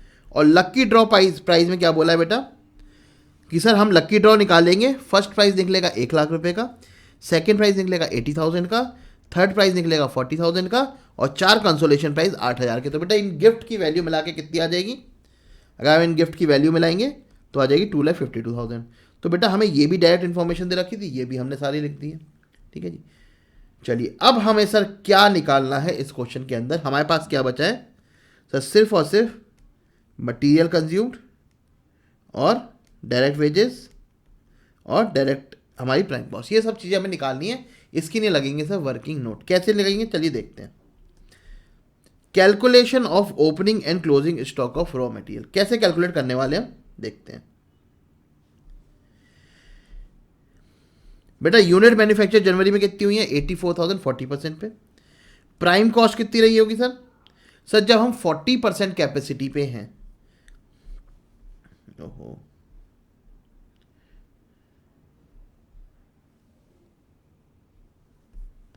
एक सेकंड देना यार, सिस्टम हैंग हो गया। हाँ जी, जब बेटा हम 40% कैपेसिटी पे होते हैं तो हमारी प्राइम कॉस्ट कितनी लगती है? सर हमारी प्राइम कॉस्ट लगती है 44 रुपीज़। तो हमने कहा भाई हमारी 33,600 हुई होगी टोटल मैन्युफैक्चरिंग, तो हमारी प्राइम कॉस्ट के हिसाब से 14,78,400 लगा होगा। तो हमने क्या करा 14,78,400 अपनी प्राइम कॉस्ट लिख दी सीधा सीधा। ठीक है, कैसे लिखी सर ये?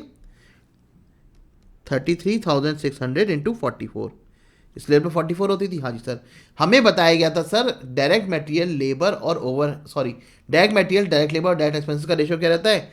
3:2:1। तो अगर इस अमाउंट को मैं 3:2:1 में डिस्ट्रीब्यूट करूंगा तो कितना आएगा सर? 739,200, 492,800 और हमारा 246,400। तो हमने यही करा है। हमने बेटा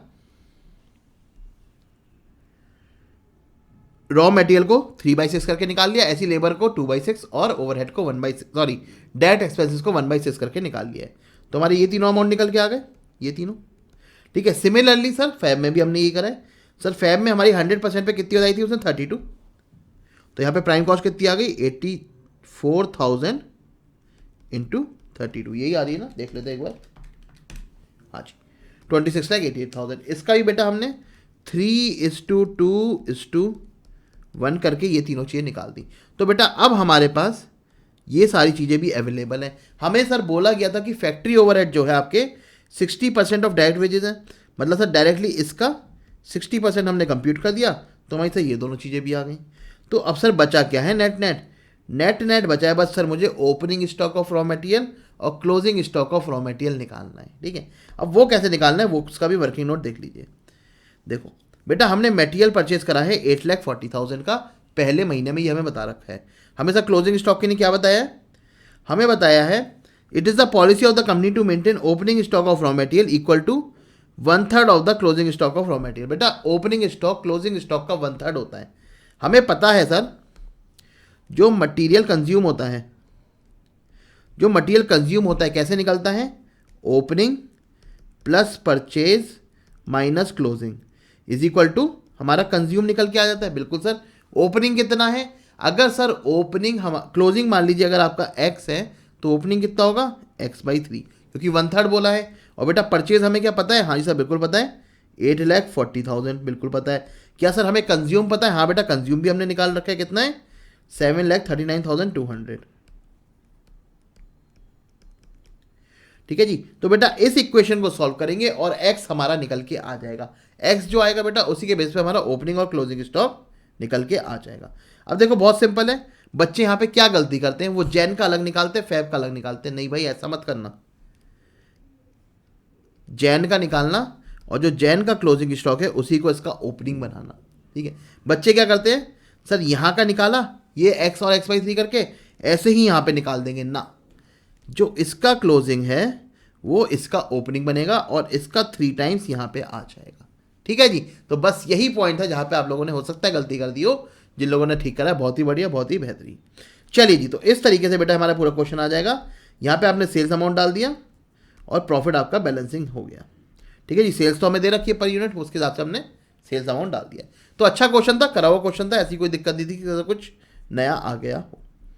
चलिए जी, तो यहां तक आपको समझ में आ गया होगा। चलते हैं नेक्स्ट क्वेश्चन की तरफ। In a factory there are 50 workers working 8 hours per day including 30 minutes for lunch break, worked for 160 days during a period of 6 month.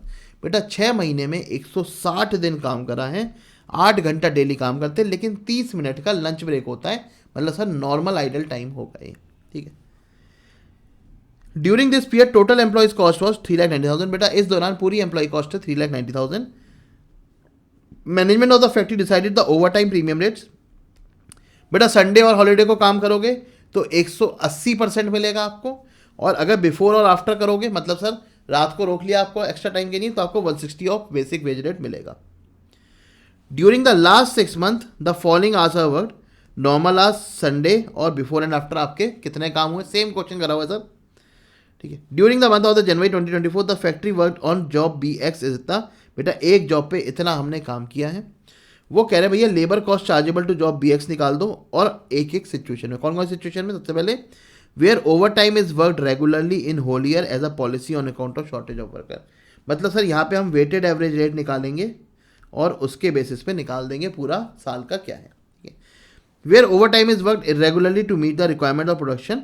तो बेटा यहाँ पे जितना भी ओवर टाइम प्रीमियम होगा, जितना भी ओवर टाइम प्रीमियम होगा वो आपका प्रोडक्शन ओवरहेड वाले रूट के थ्रू जाएगा। When overtime is worked at the required of customer, बेटा actual hours into actual rate के हिसाब से यहाँ पे हमारा चार्ज हो जाएगा। और लास्ट में देखा है when overtime is booked on account of flood in the area. बेटा यहाँ पे हमारे साथ जो ओवर टाइम प्रीमियम है, पूरा ओवर टाइम का खर्चा नहीं, सिर्फ over time premium, over time premium हमारा कॉस्टिंग पीएनएल में चला जाएगा। ठीक है जी। तो इस तरीके से हमें चारों करके दिखानी है। चलिए सर देखते हैं कैसे क्वेश्चन सॉल्व होगा। सबसे पहले हमें क्या करना है सर, बेसिक वेज रेट निकालनी है। कैसे निकलेगी सर? सबसे पहले हमने नंबर ऑफ आवर्स निकाले। कैसे निकाले सर? 50 आवर्स हैं, सॉरी 50 वर्कर्स हैं, 7.5 घंटे काम करते हैं 160 दिन, यानी कि सर 60,000 आवर्स काम होता है मेरी फैक्ट्री में, और मैं उसके देता हूँ 3,90,000 रुपीज़, यानी कि सर बेसिक वेज रेट है मेरा 6.5 रुपये पर आवर। तो बेटा अगर मैं सैटरडे संडे को काम कराऊंगा तो 6.5 के 11.70 दूंगा, और बेटा अगर मैं बिफोर एंड आफ्टर कराऊंगा तो 6.5 के 10.40 दूंगा। अब सबसे पहला सिनेरियो आता है कि भैया हमारा ओवर टाइम पूरे साल होता है। उस केस में हम क्या करते हैं, उस केस में बेटा एक वेटेड एवरेज रेट निकालते हैं।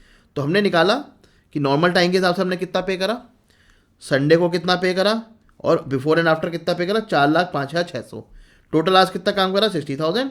तो 6.76 पर आवर आ गया हमारा वेटेड एवरेज रेट। तो बेटा फर्स्ट केस में हम कहेंगे उस जॉब से कि भैया तुम्हारी जॉब पे 3,000 घंटे लगे हैं, इंटू 6.76 हमारा पूरा चार्ज हो जाएगा तुम पे एज इट इज़। तो 20,280 हम चार्ज कर देंगे।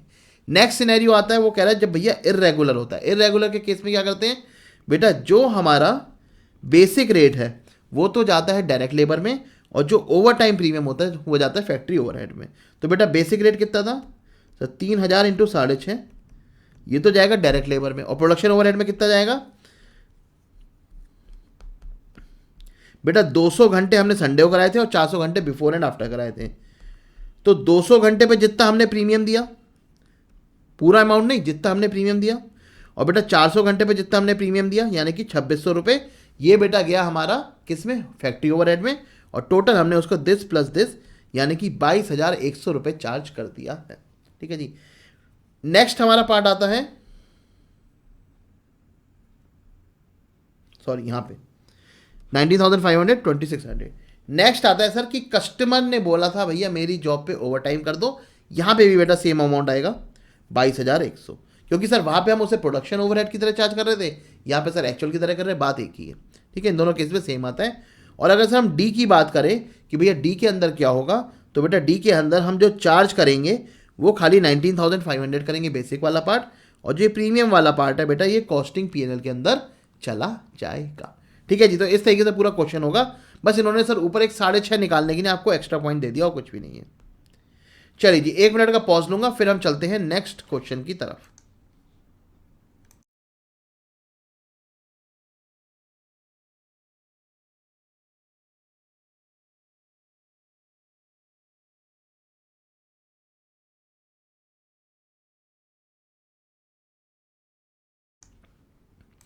चलिए जी नेक्स्ट क्वेश्चन पे आते हैं sir. Question number 3 sir, requirement देख लूं क्या पहले क्या है। इस क्वेश्चन में पूछा है सर ट्रेडिशनल के हिसाब से बताओ कॉस्ट ऑफ प्रोडक्ट और एबीसी के हिसाब से बताओ। मतलब सर ये question sir absorption versus ABC का क्वेश्चन है, ठीक है। एब्जॉर्प्शन वर्सेस एबीसी का क्वेश्चन बेटा हमेशा लेंदी होता है, ठीक है। तो मैं सजेस्ट करूंगा अगर आपके पास ये क्वेश्चन आता है और आपको इसके अलावा बाकी क्वेश्चन भी समझ में आते हैं तो पहले उन्हें करो, ठीक है, क्योंकि ये क्वेश्चन लेंदी बनता है हमेशा। चलिए देखते सर क्या दे रखा है हमें। GST limited is a multi product company, जो कि प्रोडक्शन और कॉस्ट डिटेल्स हमें दे रखी है पी और क्यू के, मतलब सर मल्टी प्रोडक्ट है तो पहले तो ट्रेडिशनल और एबीसी और उसके अंदर भी दो दो प्रोडक्ट, ठीक है जी। चलिए पी और क्यू सर क्वांटिटी कितनी कितनी प्रोड्यूस होती है, डायरेक्ट मटेरियल कितना लगता है, डायरेक्ट लेबर आवर्स कितने लगते हैं, ठीक है, परचेज कितनी होती है, प्रोडक्शन रन कितने होते हैं, क्वालिटी इंस्पेक्शन कितनी होती है, ये सब आपको दोनों प्रोडक्ट के बता रखे हैं। डायरेक्ट वेजेस दे रखी है बेटा 14.50 पर आवर। कंपनी बेटा सिंगल ओवरहेड रिकवरी रेट लेती है on the basis of direct labour hour. वो कह रहे हैं डायरेक्ट लेबर आर के बेसिस पे सिंगल ओवरहेड रिकवरी रेट निकलता है, मतलब सर एब्जॉर्प्शन कॉस्टिंग की बात कर रहे हैं, ठीक है। ओवरहेड कितने इंकर हुए हैं सर, ये सारे ओवरहेड इंकर हुए हैं और डायरेक्ट लेबर आर्स बेटा ड्यूरिंग द ईयर 72,000 हुए। तो अगर मैं ओवरहेड रिकवरी रेट निकालना चाहूँ जो कि ट्रेडिशनल के अंदर चलेगा, कितना आएगा 45,000 प्लस 1,62,000 प्लस 27,000 प्लस 36,000, यह आ जाएगा बेटा 2,70,000। 72,000 आवर्स काम होता है, यानी कि सर ओवरहेड रिकवरी रेट कितना आएगा आपका 3.75 रुपीज पर लेबर आर, ठीक है जी। 3.75 रुपीज पर लेबर आर आपका ओवरहेड रिकवरी रेट आ जाएगा। वो कह रहे हैं कंपनी ने भैया एबीसी अडॉप्ट कर ली। एबीसी में उन्होंने 3 एक्टिविटी आइडेंटिफाई करी, quality control, setup of production run, setup of machine for production run और स्टोर रिसीविंग। 3 ये सर इनकी एक्टिविटी है। एक्टिविटी के अगेंस्ट हमें क्या देखना पड़ता था, इसका कॉस्ट ड्राइवर। अगर क्वालिटी कंट्रोल की बात करूं तो इंस्पेक्शन हो जाएगा इसका ड्राइवर, ठीक है। सेटअप ऑफ मशीन की बात करूं तो हमारा सर प्रोडक्शन रन हो जाएगा इसका ड्राइवर, ठीक है। और अगर सर स्टोर रिसीविंग की बात करूं, मतलब सर कितना मैंने मटेरियल, कितनी बार मटेरियल परचेज करा, तो बेटा परचेज रिक्विजिशन इसका हो जाएगा ड्राइवर, ठीक है जी। तो हमने तीनों के ड्राइवर आइडेंटिफाई कर लिए। चलिए it also decide that salary of technical staff should be distributed among the machine maintenance, setup and quality control in the ratio 1:2:2। वो कह रहे हैं देखो क्या, जो टेक्निकल स्टाफ की सैलरी है, देखो हमने एक्टिविटी निकाल ली, हमने एक्टिविटी के ड्राइवर निकाल लिए, सर ड्राइवर की फ्रीक्वेंसी भी दे रखी है आपको, ठीक है, ड्राइवर की फ्रीक्वेंसी भी दे रखी है, लेकिन सर कॉस्ट पूल मिसिंग है। कॉस्ट पूल मिसिंग है सर यहाँ पे कि भैया एक एक्टिविटी के अगेंस्ट कितना खर्चा हुआ है, तो उसी का अब हमें हिंट दिया जा रहा है। क्या, It also decided that salary of technical staff should be distributed among machine maintenance, setup and quality control into 1:2:2। मतलब सर ये हमारी 1:2:2 तीनों एक्टिविटी में डिस्ट्रीब्यूट होगी। इसके बाद क्या बोला है, machine maintenance expenses, machine operating expenses should be distributed into 2:3 between stores and production setup. Stores, ठीक है। तो सर हमें इन दोनों का भी एक रेशियो दे रखा है जिसके बेसिस पे हम सर हर एक्टिविटी का हम खर्चा निकाल देंगे। और सर जो लास्ट है हमारा, ठीक है, जो लास्ट है हमारा wages and salary of store staff, बेटा ये तो साफ साफ दे रखा है कि ये पूरा का पूरा किस में जाएगा, स्टोर रिसीविंग के अंदर। मतलब सर ये तीनों तो शेयर्ड खर्चे तीनों एक्टिविटी में अलग अलग बढ़ जाएंगे और ये हमारा सर पूरा का पूरा स्टोर रिसीविंग वाली एक्टिविटी में जाएगा। चलिए आगे क्या दे रखा है, during this period cost driver for this activities are, बेटा कॉस्ट ड्राइवर हमें टोटल दे रखे हैं, मतलब पूरे साल में कितने हुए हैं वो बता रखा है। आपसे कहा है ट्रेडिशनल कॉस्टिंग के हिसाब से और एबीसी कॉस्टिंग के हिसाब से पी और क्यू की कॉस्ट निकाल दो। तो देखो बेटा क्या होता है, जब हम ट्रेडिशनल में निकालेंगे ना, जब हम ट्रेडिशनल में निकालेंगे तो हम पर यूनिट निकाल सकते हैं, क्योंकि हमारे पास मटीरियल पर यूनिट है, लेबर पर यूनिट है, हमारे पास ओवरहेड भी पर यूनिट है, तो हम पर यूनिट निकाल सकते हैं। लेकिन एबीसी के अंदर हमें सर टोटल निकालनी पड़ती है, क्यों, क्योंकि मटेरियल लेबर तो पर यूनिट है, ओवरहेड्स हमारे पास टोटलिटी में होते हैं, ठीक है जी। चलिए तो निकालते सर इसकी कॉस्ट कैसे निकाली है इन लोगों ने। देखो ट्रेडिशनल तो बहुत आसान था सर, हमने सबसे पहले मटेरियल ले लिया, लेबर ले ली, प्रोडक्शन ओवरहेड ले लिया, 3.75 रेट था हमने निकाला था, तो बेटा हमारी कॉस्ट पर यूनिट आ गई है 9 पॉइंट। इन्होंने टोटल में ही निकाल दिए, क्यों निकाल दिए इसका भी रीज़न बताया था आपको, क्योंकि हमें लेबर आवर्स टोटल में दे रखे, पर यूनिट नहीं दे रखे। तो एक ही बात है, आप सर टोटल कॉस्ट निकाल दो, ठीक है, divide by number of unit से कर दो, या फिर आप पर यूनिट निकाल लो, दोनों में आंसर आपका सेम आएगा ट्रेडिशनल में। अब बात करते सर ये प्रोडक्शन ओवरहेड का रेट निकाल रखा है, जैसे हमने निकाला था बिल्कुल सेम उसी तरीके से निकाल रखा है।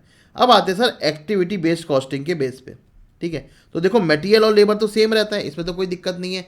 बात रहती है सर जो हमारे ओवरहेड्स कैसे डिस्ट्रीब्यूट होने। तो चलिए पहले इसका वर्किंग नोट देख लेते हैं। सबसे पहले हमने सर टेक्निकल स्टाफ की सैलरी कैसे बांटी है। मशीन मेंटेनेंस 9,000, प्रोडक्शन सेटअप 18,000 और सर क्वालिटी कंट्रोल 18,000, 1:2:2 के रेशियो में। मशीन ऑपरेशन और machine maintenance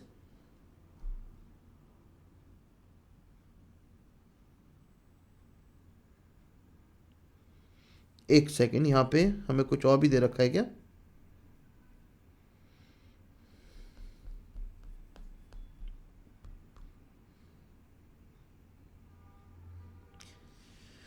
salary of technical staff, ठीक है जी। Salary of technical staff should be distributed among machine maintenance, setup and quality control.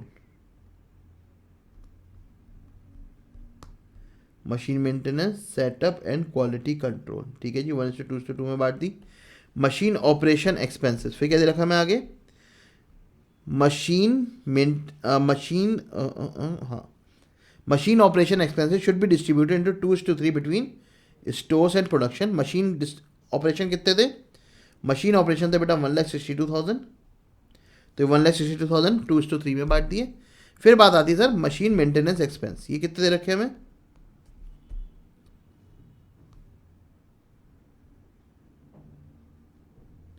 Machine maintenance expense भी बेटा हमें 2:3 में बांटने हैं। मशीन मेंटेनेंस एक्सपेंस कितने सर 27,000, तो 27,000 हम कैसे बांटेंगे।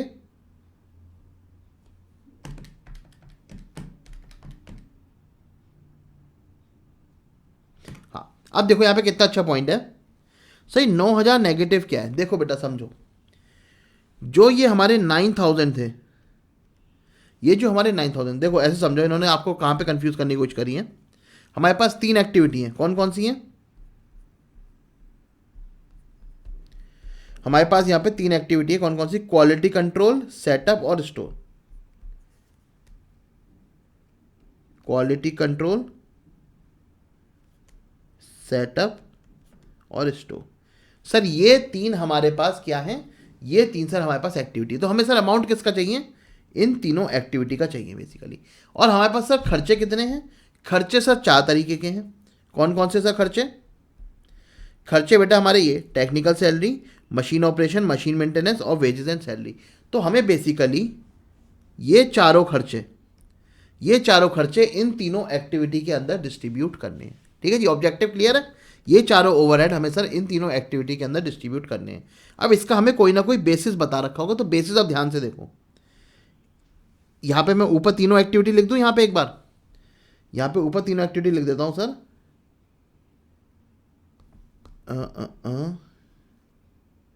क्वालिटी, सेटअप और स्टोर, शॉर्ट फॉर्म में लिख देता हूँ बेटा, क्वालिटी, सेटअप और स्टोर, ठीक है जी। तीनों एक्टिविटी मैंने यहाँ पे लिख दी।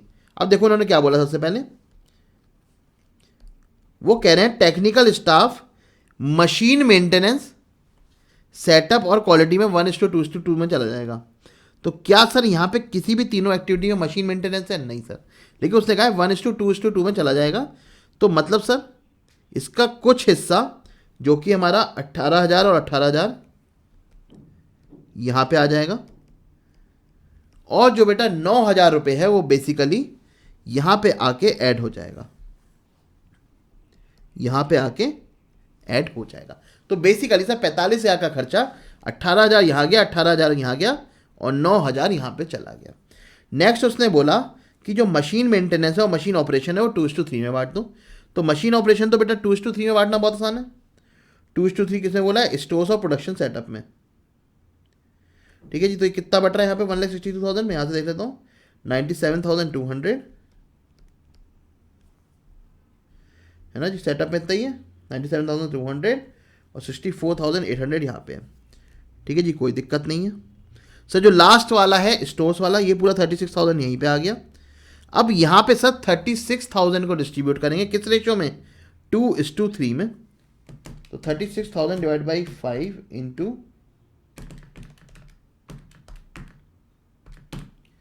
14,400, 2:3, 14,400 और ये आ जाएगा 21,600। अबे क्वालिटी में कुछ नहीं गया क्या?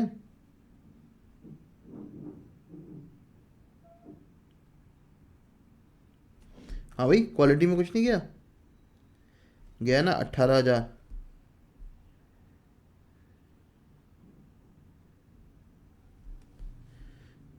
ये सॉरी सेटअप के अंदर नहीं है, ये यहाँ पे है 18,000। ठीक है जी, तो बेटा इस तरीके से हमने तीनों को डिस्ट्रीब्यूट कर दिया है। ये आ गया हमारा 18,000।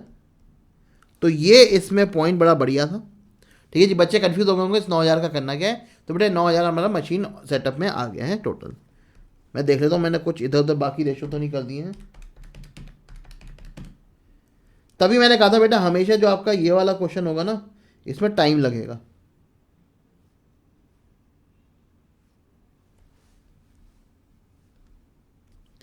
ठीक है जी, जो ये वाला क्वेश्चन होगा इसमें हमेशा आपका टाइम लगेगा, क्योंकि कंप्यूटेशन बहुत ज़्यादा होती है।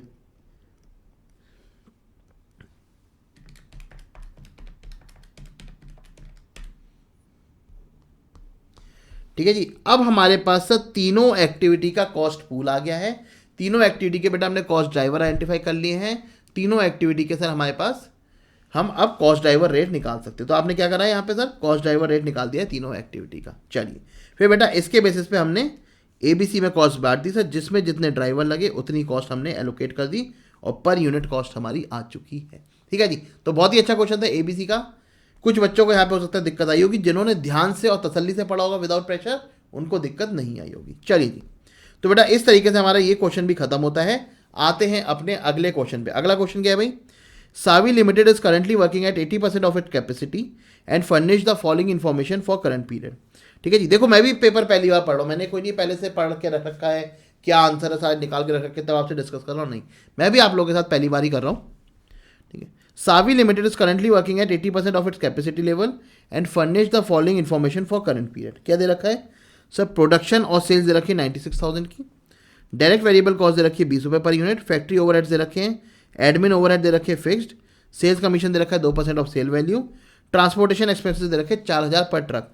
बेटा एक ट्रक में 4,000 जाते तो कितने ट्रक गए होंगे सर, 96,000 डिवाइड बाई 4,000, कितने ट्रक गए होंगे सर, 24 ट्रक गए होंगे। एक ट्रक को जाने के लगते हैं 4,000 रुपये, यानी कि 96,000 रुपीज़ आपके लग गए होंगे ट्रक के खर्चे।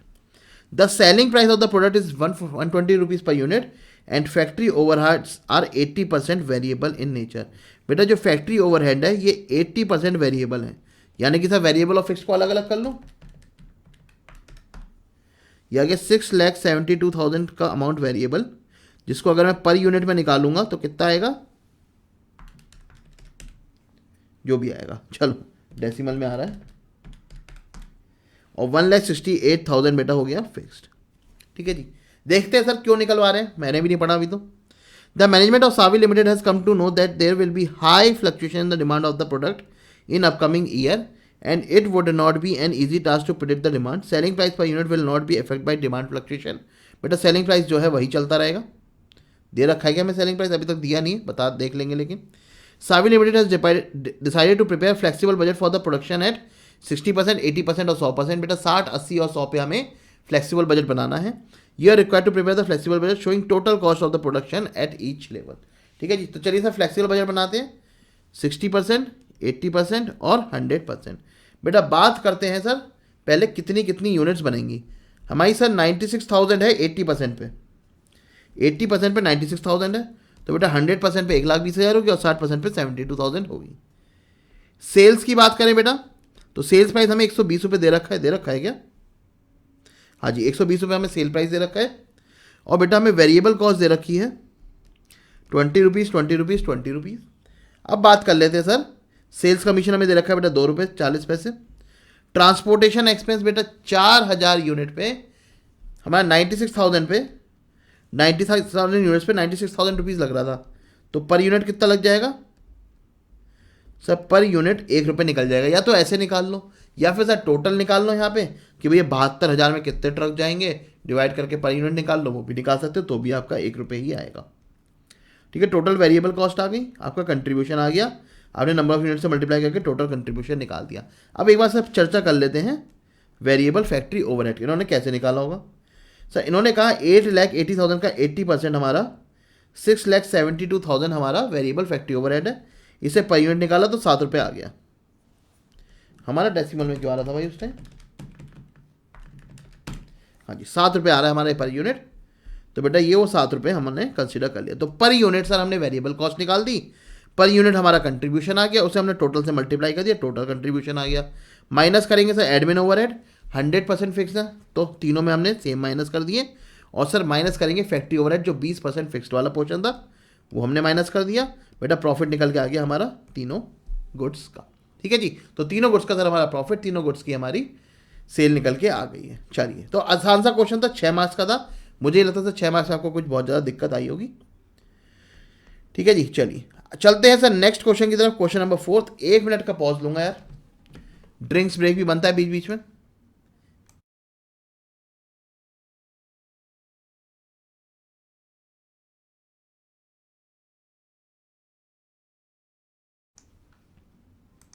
चलिए जी, नेक्स्ट क्वेश्चन में चलते हैं। Question number 4। कितने क्वेश्चन आते हैं भाई कॉस्ट में? सर बहुत लंबा पेपर आता था, बहुत लंबा आता है। चलिए क्वेश्चन नंबर 4 सर, पहले से पता है ना लंबा आता है। BG company produce a standard product and sold in a packet of 10 kg। The standard cost per package, बेटा 10 kg का एक पैकेट होता है और एक पैकेट की स्टैंडर्ड कॉस्ट दी है। यहाँ पे आपको केजी और पैकेट में कंफ्यूज करने की कोशिश करी गई है बस। सर 1 kg जो 10 kg का बना के बेचते हो आप, उसमें 4 किलो तो मटेरियल ए लगता है, 8 किलो मटेरियल बी लगता है, 6 घंटे की लेबर लगती है। ठीक है जी, तो एक पैकेट की स्टैंडर्ड आपको कॉस्ट बता रखी है।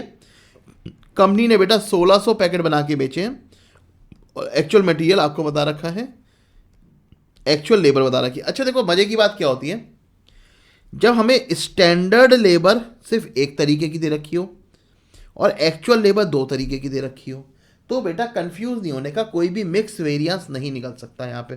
ठीक है, 5% of the time paid was loss due to abnormal reason. Sir idle time variance निकलेगा यहाँ पे। Calculate the following variance, indicate their nature. सारे बेटा 5 मटेरियल निकलवाए आपसे और 4 लेबर निकलवाए। सर लेबर ईल्ड और लेबर मिक्स क्यों नहीं निकलवाया? क्योंकि बेटा वो निकल ही नहीं सकता, क्योंकि स्टैंडर्ड खाली एक ही टाइप की थी आपके पास, तो आप मिक्स कहाँ से निकालोगे, स्टैंडर्ड रेशियो कहाँ से निकालोगे? ठीक है, तो बहुत ही आसान क्वेश्चन था सर स्टैंडर्ड कॉस्टिंग का। मैं बता नहीं सकता क्यों, क्योंकि सर आपको फिक्स्ड ओवरहेड नहीं दिया इन्होंने इसमें। चलिए, तो बेटा एक्चुअल क्वांटिटी, एक्चुअल प्राइस हमें दे रखा था, स्टैंडर्ड हमें निकालना था, तो हम क्या करेंगे सर, 1600 पैकेट इंटू 4 kg ये, 1600 पैकेट इंटू 8 kg ये। ठीक है जी, आ गया। स्टैंडर्ड प्राइस हमें दे रखा था, तो हमें सर मटेरियल का सारा सामान दे रखा था। हमने क्या करना है यहाँ पे सर, RSQ और निकाल देना। कैसे निकालते हैं सर? ये रेशो है 1:2 का, तो 19,500 को 1:2 में कर देंगे, 6,500 और 13,000। सिंपल सर, फॉर्मूले लगाते जाओ, आंसर आते जाएंगे। मटेरियल कॉस्ट वेरिएंस, लो जी सर फॉर्मूले ही बता दो कैसे होते हैं sir. Standard quantity, standard price, actual quantity, actual price. ठीक है जी, सबसे पहला सर मटेरियल कॉस्ट वेरिएंस, इन दोनों को इंटू, इन दोनों को into, SQ into SP minus AQ into AP, बात खत्म। दूसरा sir material price variance. Price variance कैसे? यहाँ पे एक लाइन खींच दो, कैसे आएगा sir? Okay, AQ into SP, ये वाली लाइन, और यही लाइन क्या रिप्रेजेंट करती है सर? AQ into AP। तो यह क्या आ गया? Material price variance. Material usage variance sir कैसे आएगा? बेटा एक लाइन ये खींच दो, यही लाइन क्या रिप्रेजेंट करती है सर? SQ इंटू SP, और यही लाइन क्या रिप्रेजेंट करती है? SP into AQ। लो जी, लो सर तीनों फॉर्मूले बन गए सर। RSQ भी तो आता है, हाँ लो बेटा RSQ का फॉर्मूला ही बना दो। ये क्या आएगा sir? Material yield variance, SQ minus RSQ into SP, और बेटा ये दोनों क्या आ जाएंगे हमारे? Material mix variance, RSQ minus AQ into SP। लो जी, लो सर 5 फॉर्मूले बन गए। फॉर्मूले बनाते जाना, सारी फिगर्स आपके पास ऊपर अवेलेबल है, आंसर निकलते आ जाएंगे। ठीक है जी, तो मटेरियल प्राइस वेरिएंस हमारे इस तरीके से हो गया। अब बात कर लेते हैं लेबर वेरिएंसेस की। देखो लेबर में हमें क्या बोला गया है? लेबर में बोला गया है सर 1 यूनिट को बनाने में 6 घंटे लगते हैं, मतलब स्टैंडर्ड आवर्स कितने हो गए? 96 आवर्स। तो स्टैंडर्ड आवर्स लिखूँ मैं 9600 आवर्स, और बेटा स्टैंडर्ड रेट कितना है 20 रुपये। एक्चुअल आवर्स हमारे कितने लगे बेटा, एक्चुअल आवर्स लगे हमारे 6000 और 4000, ये 25 रुपये पे, ये 20 रुपये पे, यही लगे ना? हाँ जी सर बिल्कुल यही लगे। ठीक है जी। अब हमसे क्या बोला गया है, हमसे बोला गया है कि भैया जो आइडल टाइम है वो 5% है, तो मतलब एक्चुअल आवर्स वर्क भी निकालने पड़ेंगे। ये एक्चुअल आवर्स पेड था, अब हम निकालेंगे एक्चुअल आवर्स वर्क। कितना आएगा सर, इन दोनों में से 5% घटा दो तो ये आ जाएगा 5700 और ये आ जाएगा 3800। ठीक है जी। तो बेटा इस तरीके से आपके एक्चुअल आवर्स वर्क आएंगे।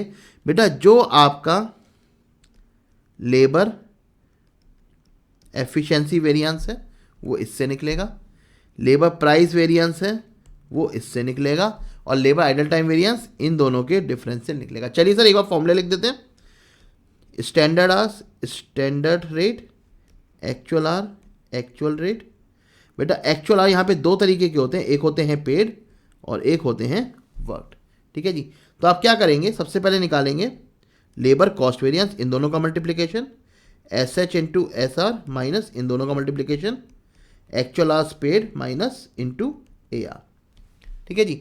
लेबर प्राइस वेरिएंस या फिर रेट वेरिएंस बोल दो। ठीक है जी। कैसे निकालेंगे सर, इन दोनों में कंपैरिजन कैसे? तो सर पहली लाइन बताती है actual hours paid into standard rate, actual hours paid into actual rate. अरे सर एचआर वाले को क्या मतलब कितना आइडल कितना नॉन आइडल, भाई तुमने जितने एक्चुअल आवर्स पेड करे उस पर रेट का वेरिएंस बता दो बस। ठीक है। ऐसे ही बेटा जो लेबर एफिशिएंसी वेरिएंस है वो प्रोडक्शन वाला है, वो कहेगा भैया आइडल टाइम मेरे ऊपर मत डालो, वो एबनॉर्मल चीज़ है, उसे छोड़ो, एक्चुअल आवर्स वर्क से बात करो। तो बेटा यहाँ पे हम किस चीज़ का वेरिएंस बताएंगे सर, इन दोनों का। मतलब sir S H minus into S R minus actual hours worked into S are. ठीक है जी। और लेबर आइडल टाइम वेरिएंस क्या होता है सर, इन दोनों का डिफरेंस होता है, actual hours worked minus actual hours paid into standard rate, और ये हमेशा हमेशा हमेशा अनफेवरेबल या एडवर्स आता है ना जी। अनफेवरेबल बोल लो एडवर्स बोल लो, दोनों केस में सर ये हमेशा अनफेवरेबल या एडवर्स ही आएगा, क्योंकि बेटा आइडल टाइम कभी पॉजिटिव नहीं हो सकता ना, हमेशा नेगेटिव ही होगा। ठीक है। तो बेटा इस बेसिस पे हमने सारी चीज़ें निकाल दी हैं। चलिए जी। तो आसान सा क्वेश्चन था, उम्मीद करता हूँ आप लोगों से हो गया होगा, कोई दिक्कत नहीं आई होगी, नहीं हुआ था तो आप करके देख लो। चलिए फिर नेक्स्ट था सर हमारा थ्योरी क्वेश्चन, अभी इसको स्किप करते हैं, पहले आते हैं सर न्यूमेरिकल क्वेश्चन पे। क्वेश्चन पढ़ते सर क्या है, this data pertains to 3 machines operating in the manufacturing division of PQR corp for the financial year 23-24। ठीक है जी। 3 मशीन का हमें सर डेटा दे रखा है, डायरेक्ट लेबर पर क्वार्टर 3 महीने का डायरेक्ट लेबर, ऑयल एक्सपेंसेस पर क्वार्टर, इंश्योरेंस पर क्वार्टर, डेप्रिसिएशन पर एनम। ठीक है। बिल्डिंग मेंटेनेंस पर क्वार्टर, वेजेस पर क्वार्टर, इलेक्ट्रिसिटी पर quarter, rents and rate per month. यही तो बताते हो आपको। ठीक है। वो आपको कहाँ फंसा रहे, वो आपको ये नहीं फंसा रहे कि आपको मशीन रेट निकालना आता नहीं आता है, वो नहीं पता आप सीख के आए हो, वो यहाँ पे फंसाते हैं आपके प्रेजेंस ऑफ माइंड पे। ठीक है। Salary to technician per month, मतलब इतना कंफ्यूजन कर दिया, कुछ एनम कुछ क्वार्टर कुछ मंथ, कि बच्चा कहीं ना कहीं तो गलती कर दे यार, पहले जाल से बच जाए, दूसरे जाल से बच जाए, तीसरे जाल से बच जाए, चौथे में तो फंस जाए, ये वो कोशिश करते हैं। ठीक है। तो सीए इंस्टीट्यूट जब पेपर लेता है उसकी ये ऑब्जेक्टिव नहीं होता कि आपको सीए बनाना है, उसका ऑब्जेक्टिव होता है कि आपको सीए नहीं बनाना है। ठीक है जी। आपको बस उसी से जंग लड़के जीतना है। चलिए तो बेटा ये हमें सारे खर्चे बता रखे हैं XYZ 3 मशीन के। वो कह रहे हैं technician work only on machine X and Y and the operator controls all the 3 machine and both spend equal time on each of the machine worked upon the. बेटा जो इसका खर्चा है वो X और Y में जाएगा खाली। ठीक है जी। टेक्नीशियन का और जो ऑपरेटर हैं उनका तीनों में जाएगा, और बराबर बराबर खर्चा जाना है। ठीक है जी। कर देंगे allocate. There are 14 holidays besides Sundays in the year. बेटा साल में जितने संडे उसके अलावा 14 हॉलीडे और हैं, of which 6 are on Saturday, जिसमें से बेटा 6 सैटरडे पे आ रहे हैं।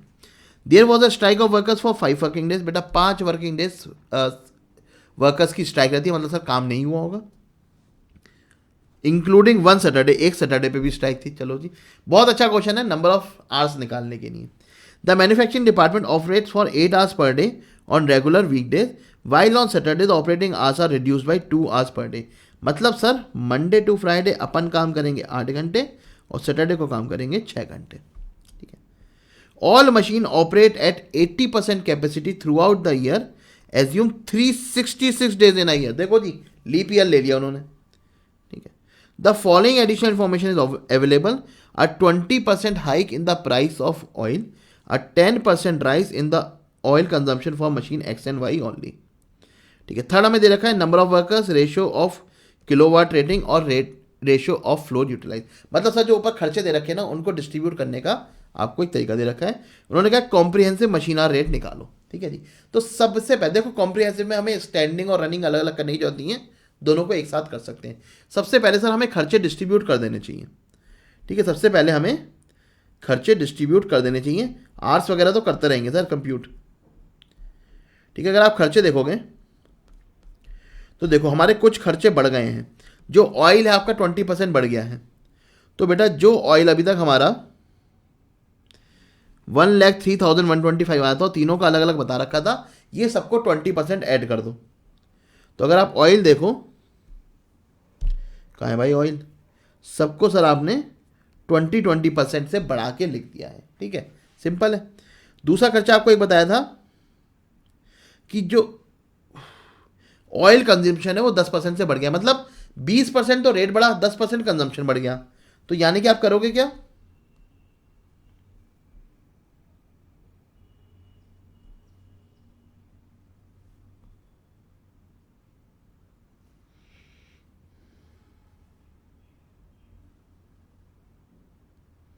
अरे कहाँ गया भाई, ये रहा। अच्छा, हम दूसरे आंसर में आ गए भाई। देखो अभी था 1.5 लाख, 1.5 लाख, 1,12,500। सबसे पहले आपने 20% बढ़ाया प्राइस इंक्रीज होने की वजह से, और 10% बढ़ाया आपने कंजम्पशन इंक्रीज होने की वजह से। और कंजम्पशन किसने बढ़ाया था, खाली एक्स और वाई में बढ़ाए। ये क्वेश्चन ही मैंने कराया हुआ है, ठीक है। ये क्वेश्चन ही मैंने क्लास में कराया हुआ है।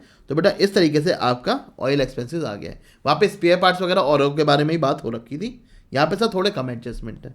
चलिए, उसके बाद उन्होंने बोला है कि भैया नंबर ऑफ वर्कर्स है 5, 3 और 2, यानी कि सर जो हमारी डायरेक्ट लेबर है उन्हें हम 5:3:2 में डिस्ट्रीब्यूट कर देंगे। तो आप देखेंगे 5:3:2 में हमने डिस्ट्रीब्यूट कर रखी है। उसके बाद बेटा हमें बोला गया है कि रेशो ऑफ किलोवाट रेटिंग 3:3:4, यानी कि सर जो मशीन का रनिंग एक्सपेंसेस है, मतलब सर जो इलेक्ट्रिसिटी एक्सपेंसेस हैं वो हमारे इस रेशो में हुए होंगे। तो अगर आप देखेंगे यहाँ पे इलेक्ट्रिसिटी एक्सपेंसेस कहाँ गया भाई, वेयर इज इलेक्ट्रिसिटी, हाँ जी 3:4:4 में हमने कर दिया है। इलेक्ट्रिसिटी बेटा हमें कब बता रखी थी, पर क्वार्टर की 3 लाख थी, तो हमने पूरे साल की निकाल रखी है, ठीक है जी। सारे खर्चे हमने सर पूरे साल के बेसिस पे निकाल रखे हैं, तो उसमें कोई दिक्कत वाली बात नहीं है। चलिए, इसके बाद क्या है सर, इसके बाद बता रखा है हमें सर फ्लोर एरिया 1:2:1 में, यानी कि जो रेंट होगा, रेंट है, हाँ जी सर रेंट है 80,000 पर मंथ, पूरे साल का हो जाएगा 9,60,000। इसको हमने बेटा 1:2:1 में कर रखा होगा डिस्ट्रीब्यूट, हाँ जी, आ गया 1:2:1। तो हमने सर ये खर्चे तो स्पेसिफिक इन्फॉर्मेशन दे रखी थी। फिर सैलरी टेक्नीशियन दे रखा था सर हमें कि खाली एक्स और वाई में इक्वली जाएगी, तो पूरे साल की निकाली और एक्स और वाई में इक्वली कर दी, ठीक है। देखो इन्होंने स्टैंडिंग चार्जेस और रनिंग चार्जेस में कर रखा है, लेकिन हमें फ़र्क नहीं पड़ता। अगर हम नहीं भी करेंगे कॉम्प्रिहेंसिव रेट में, कोई दिक्कत वाली बात नहीं है, आपका आंसर बिल्कुल सही रहेगा, ठीक है। चलिए, अगला खर्चा सर क्या है, वेजेस ऑफ ऑपरेटर। हमें बताया था सर तीनों को इक्वल बांटना है, पूरे साल की निकाली, तीनों को इक्वल बांट दिया। मशीन इंश्योरेंस एक्सपेंसेस बेटा हमेशा मशीन वैल्यू में करना, मशीन वैल्यू नहीं दे रखी तो डेप्रिसिएशन में कर देना, डेप्रिसिएशन के रेशियो में कर दिया। बिल्डिंग मेंटेनेंस सर हमने फ्लोर एरिया के बेसिस पे कर दिया है। डेप्रिसिएशन देखो, डेप्रिसिएशन रनिंग एक्सपेंसेस में डाला है, तो कई बच्चों को कंफ्यूजन होता है, मशीन आर रेट के अंदर बेटा डेप्रिसिएशन आपका रनिंग एक्सपेंसेस में जाता है। डेप्रिसिएशन बेटा पूरे साल का निकाल के इन्होंने जो स्पेसिफिक दे रखा था उसके हिसाब से कर दिया है। तो बेटा टोटल आपका रनिंग एक्सपेंसेस आ गया, टोटल आपका स्टैंडिंग एक्सपेंसेस आ गया। मैंने क्या कहा, कॉम्प्रिहेंसिव रेट है, दोनों को अलग अलग नहीं भी करोगे तो भी चलेगा, ठीक है जी। टोटल एक्सपेंस आ गया, डिवाइड कर दिया नंबर ऑफ आवर्स से। अब आते हैं सर नंबर ऑफ आवर्स पे, क्या है नंबर ऑफ आवर्स कितने बनते हैं। तो बेटा अगर नंबर ऑफ आवर्स देखोगे, देखो सिंपल सी बात है, कितने दिन चलती है हमारी, 366 डेज हमारे साल में चलते हैं, ठीक है। हमारी सर कितने दिन बंद थी, सर 52 हॉलीडेज बंद थे, 52 संडे बंद थी, 14 हमारे सर हॉलीडेज थे और 5 हमारे स्ट्राइक वाले दिन थे। मतलब सर 71 डेज हमारी फैक्ट्री बंद रही, ठीक है। 71 डेज हमारी फैक्ट्री बंद रही। उसके अलावा ठीक है, उसके अलावा सर जो हमारे 6 घंटे वाले दिन थे, मतलब सर सैटरडे थे, वो कितने थे? पूरे साल में सर 52 सैटरडे होते हैं, उसमें से 6 तो हॉलीडे में निकल गए। उन्होंने बताया ना 14 जो हॉलीडे थे उसमें से 6 सैटरडे में थे। तो बेटा 52 सैटरडे होते पूरे साल में, 6 तो हॉलीडे हो गए तो उन्हें हटा दो, और एक स्ट्राइक पीरियड हो गया वो हटा दो। तो सर 45 दिन, 45 सैटरडे काम हुआ है। और तो हमने बेटा बेसिकली क्या करा है कि टोटल नंबर ऑफ डेज में से हमने नंबर ऑफ शटडाउन डेज हटा दी जिसमें सर कुछ काम नहीं हुआ, 45 डेज हटा दिए जिसमें सर खाली 6 घंटे काम हुआ है। तो बेसिकली हम कह सकते हैं कि 250 दिन हमारा 8 घंटे काम हुआ है और 45 डेज हमारा 6 घंटे काम हुआ है। तो टोटल आज हमारे सर इस तरीके से आ जाएंगे। तो आप देखोगे 250 दिन 8 घंटे, 45 डेज 6 घंटे, यानी कि सर 2270 आवर्स काम हुआ है। 80% हमारी कैपेसिटी यूटिलाइज होती है, तो 1816 घंटे हमने काम किया है। तो हमने क्या करना है भाई, टोटल एक्सपेंसेस को डिवाइड कर देना है 1816 से, तो हमारा रेट पर आर आ जाएगा। तो बेटा इस तरीके से हमारा मशीन आर रेट सॉल्व हो जाएगा। चलिए ठीक है जी, तो उम्मीद करता हूं आप लोगों को ये भी क्लियर होगा। आ जाते हैं सर अपने अब लास्ट क्वेश्चन पे इस अटेम्प्ट के। 1 मिनट देना बेटा मुझे।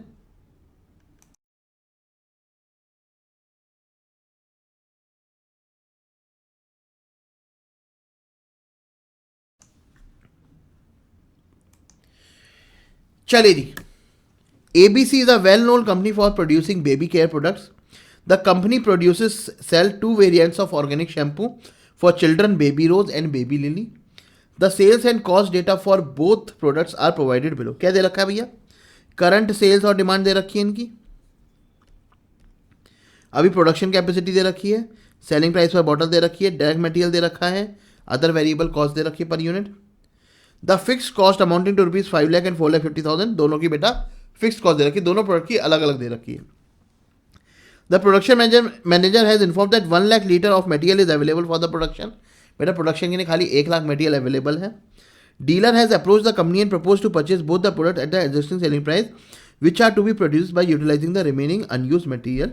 However, he has insisted that all the bottle must be packed with eco-friendly packaging material, जिसमें बेटा 10 रुपये एडिशनल पैसा आएगा। तो बेटा एक बंदे ने रीच आउट करा इन्हें, ठीक है, इनसे कहा गया कि भैया जितना भी एडिशनल मटेरियल आपके पास पड़ा है उसकी बनी हुई बोतलें मैं खरीद लूँगा, लेकिन मुझे जो पैकेजिंग चाहिए ना वो इको फ्रेंडली, यानी कि 10 रुपये महंगे में पैकेजिंग चाहिए। मतलब सर आपकी वेरिएबल कॉस्ट 10 रुपये से बढ़ जाएगी। Prepare a detailed statement showing the overall contribution and profit of the company after acceptance of the dealer proposal. बेटा डीलर प्रपोजल एक्सेप्ट करने के बाद कंपनी को क्या क्या होने वाला है।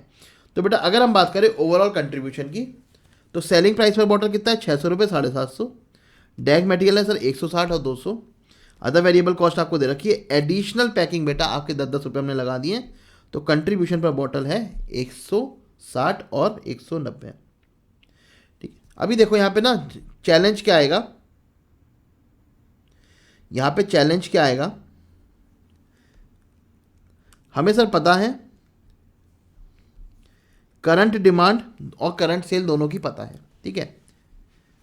हमें सर पता है डायरेक्ट मटेरियल दोनों में कितना कंज्यूम होता है। अगर इसमें देखें 160 रुपये का होता है, 20 रुपये लीटर है, यानी कि 8 लीटर यहाँ पे कंज्यूम होता है। और इसकी बॉटल बनाएंगे बेटा हम, तो हमारा 10 लीटर यहाँ पे कंज्यूम होता है, ठीक है जी। दोनों हमें जगह पता है हमें कितना कितना कंज्यूम होता है। हमने बेसिकली क्या करना है, हमारे पास सर खाली 1 लाख का रॉ मटेरियल अवेलेबल है, तो मैं कौन सा बना के बेचूंगा सर जिससे मुझे सबसे ज़्यादा फायदा होगा? होगा नहीं होगा? हाँ। तो सबसे पहले मैंने दोनों की रैंक निकाल ली, मैंने दोनों का कंट्रीब्यूशन निकाला, ठीक है जी, और दोनों को डिवाइड कर दिया लिमिटिंग फैक्टर से, तो हमारा कंट्रीब्यूशन पर लीटर निकल के आ गया है। यानी कि बेबी रोज बना के बेचूंगा तो 20 रुपये पर लीटर मेरा फायदा होगा, 20 रुपये पर लीटर ऑफ रॉ मटेरियल, और यहाँ पे सर 19 रुपये per unit of limiting factor मेरा फायदा होगा। तो इसकी रैंक हो गई 1, इसकी रैंक हो गई 2।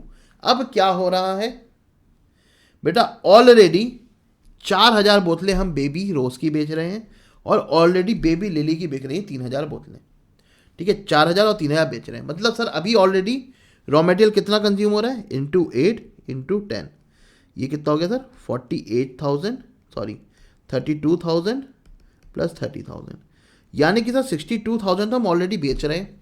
मेरे पास कितना है सर 1 लाख, तो यानी कि सर 38,000 मेरे पास रॉ मटेरियल एक्स्ट्रा पड़ा है। अब 38,000 में से पहले कौन सा बनाऊंगा मैं, जिसकी रैंक 1 है, और फिर बनाऊंगा रैंक 2। सर रैंक 1 में कितने बना सकता हूँ? सर मैं अभी 3,500 एडिशनल और बना सकता हूँ। तो मेरे पास कितना एडिशनल मटेरियल है? 38,000 का एडिशनल मटेरियल है। मैं सर 3,500 और एडिशनल बना सकता हूँ जिसकी रैंक 1 है। तो 3,500 में कितना जाएगा?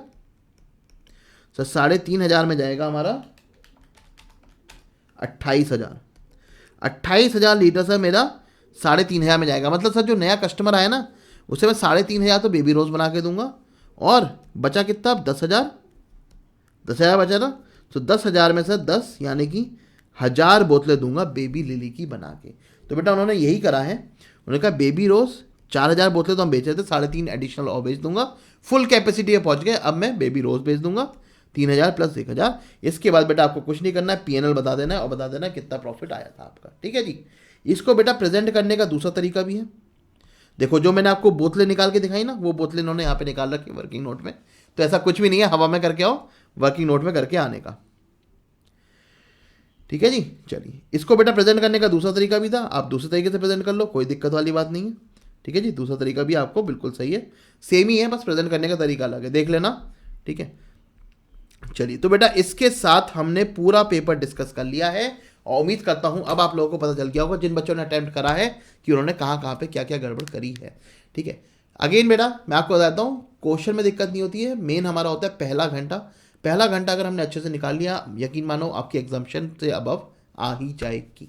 चलिए जी, इसके साथ बेटा इस पेपर का डिस्कशन खत्म होता है। किसी बच्चे को कॉस्ट FM SM में कोई भी दिक्कत है, वो मेरे नंबर पे कनेक्ट करके पूछ सकता है। मैं आपकी क्वेरी डाउट रिजॉल्व करूंगा, आपको गाइड करूंगा, और इस दोनों सब्जेक्ट के अंदर बहुत अच्छे से मार्क्स दिलवाऊंगा।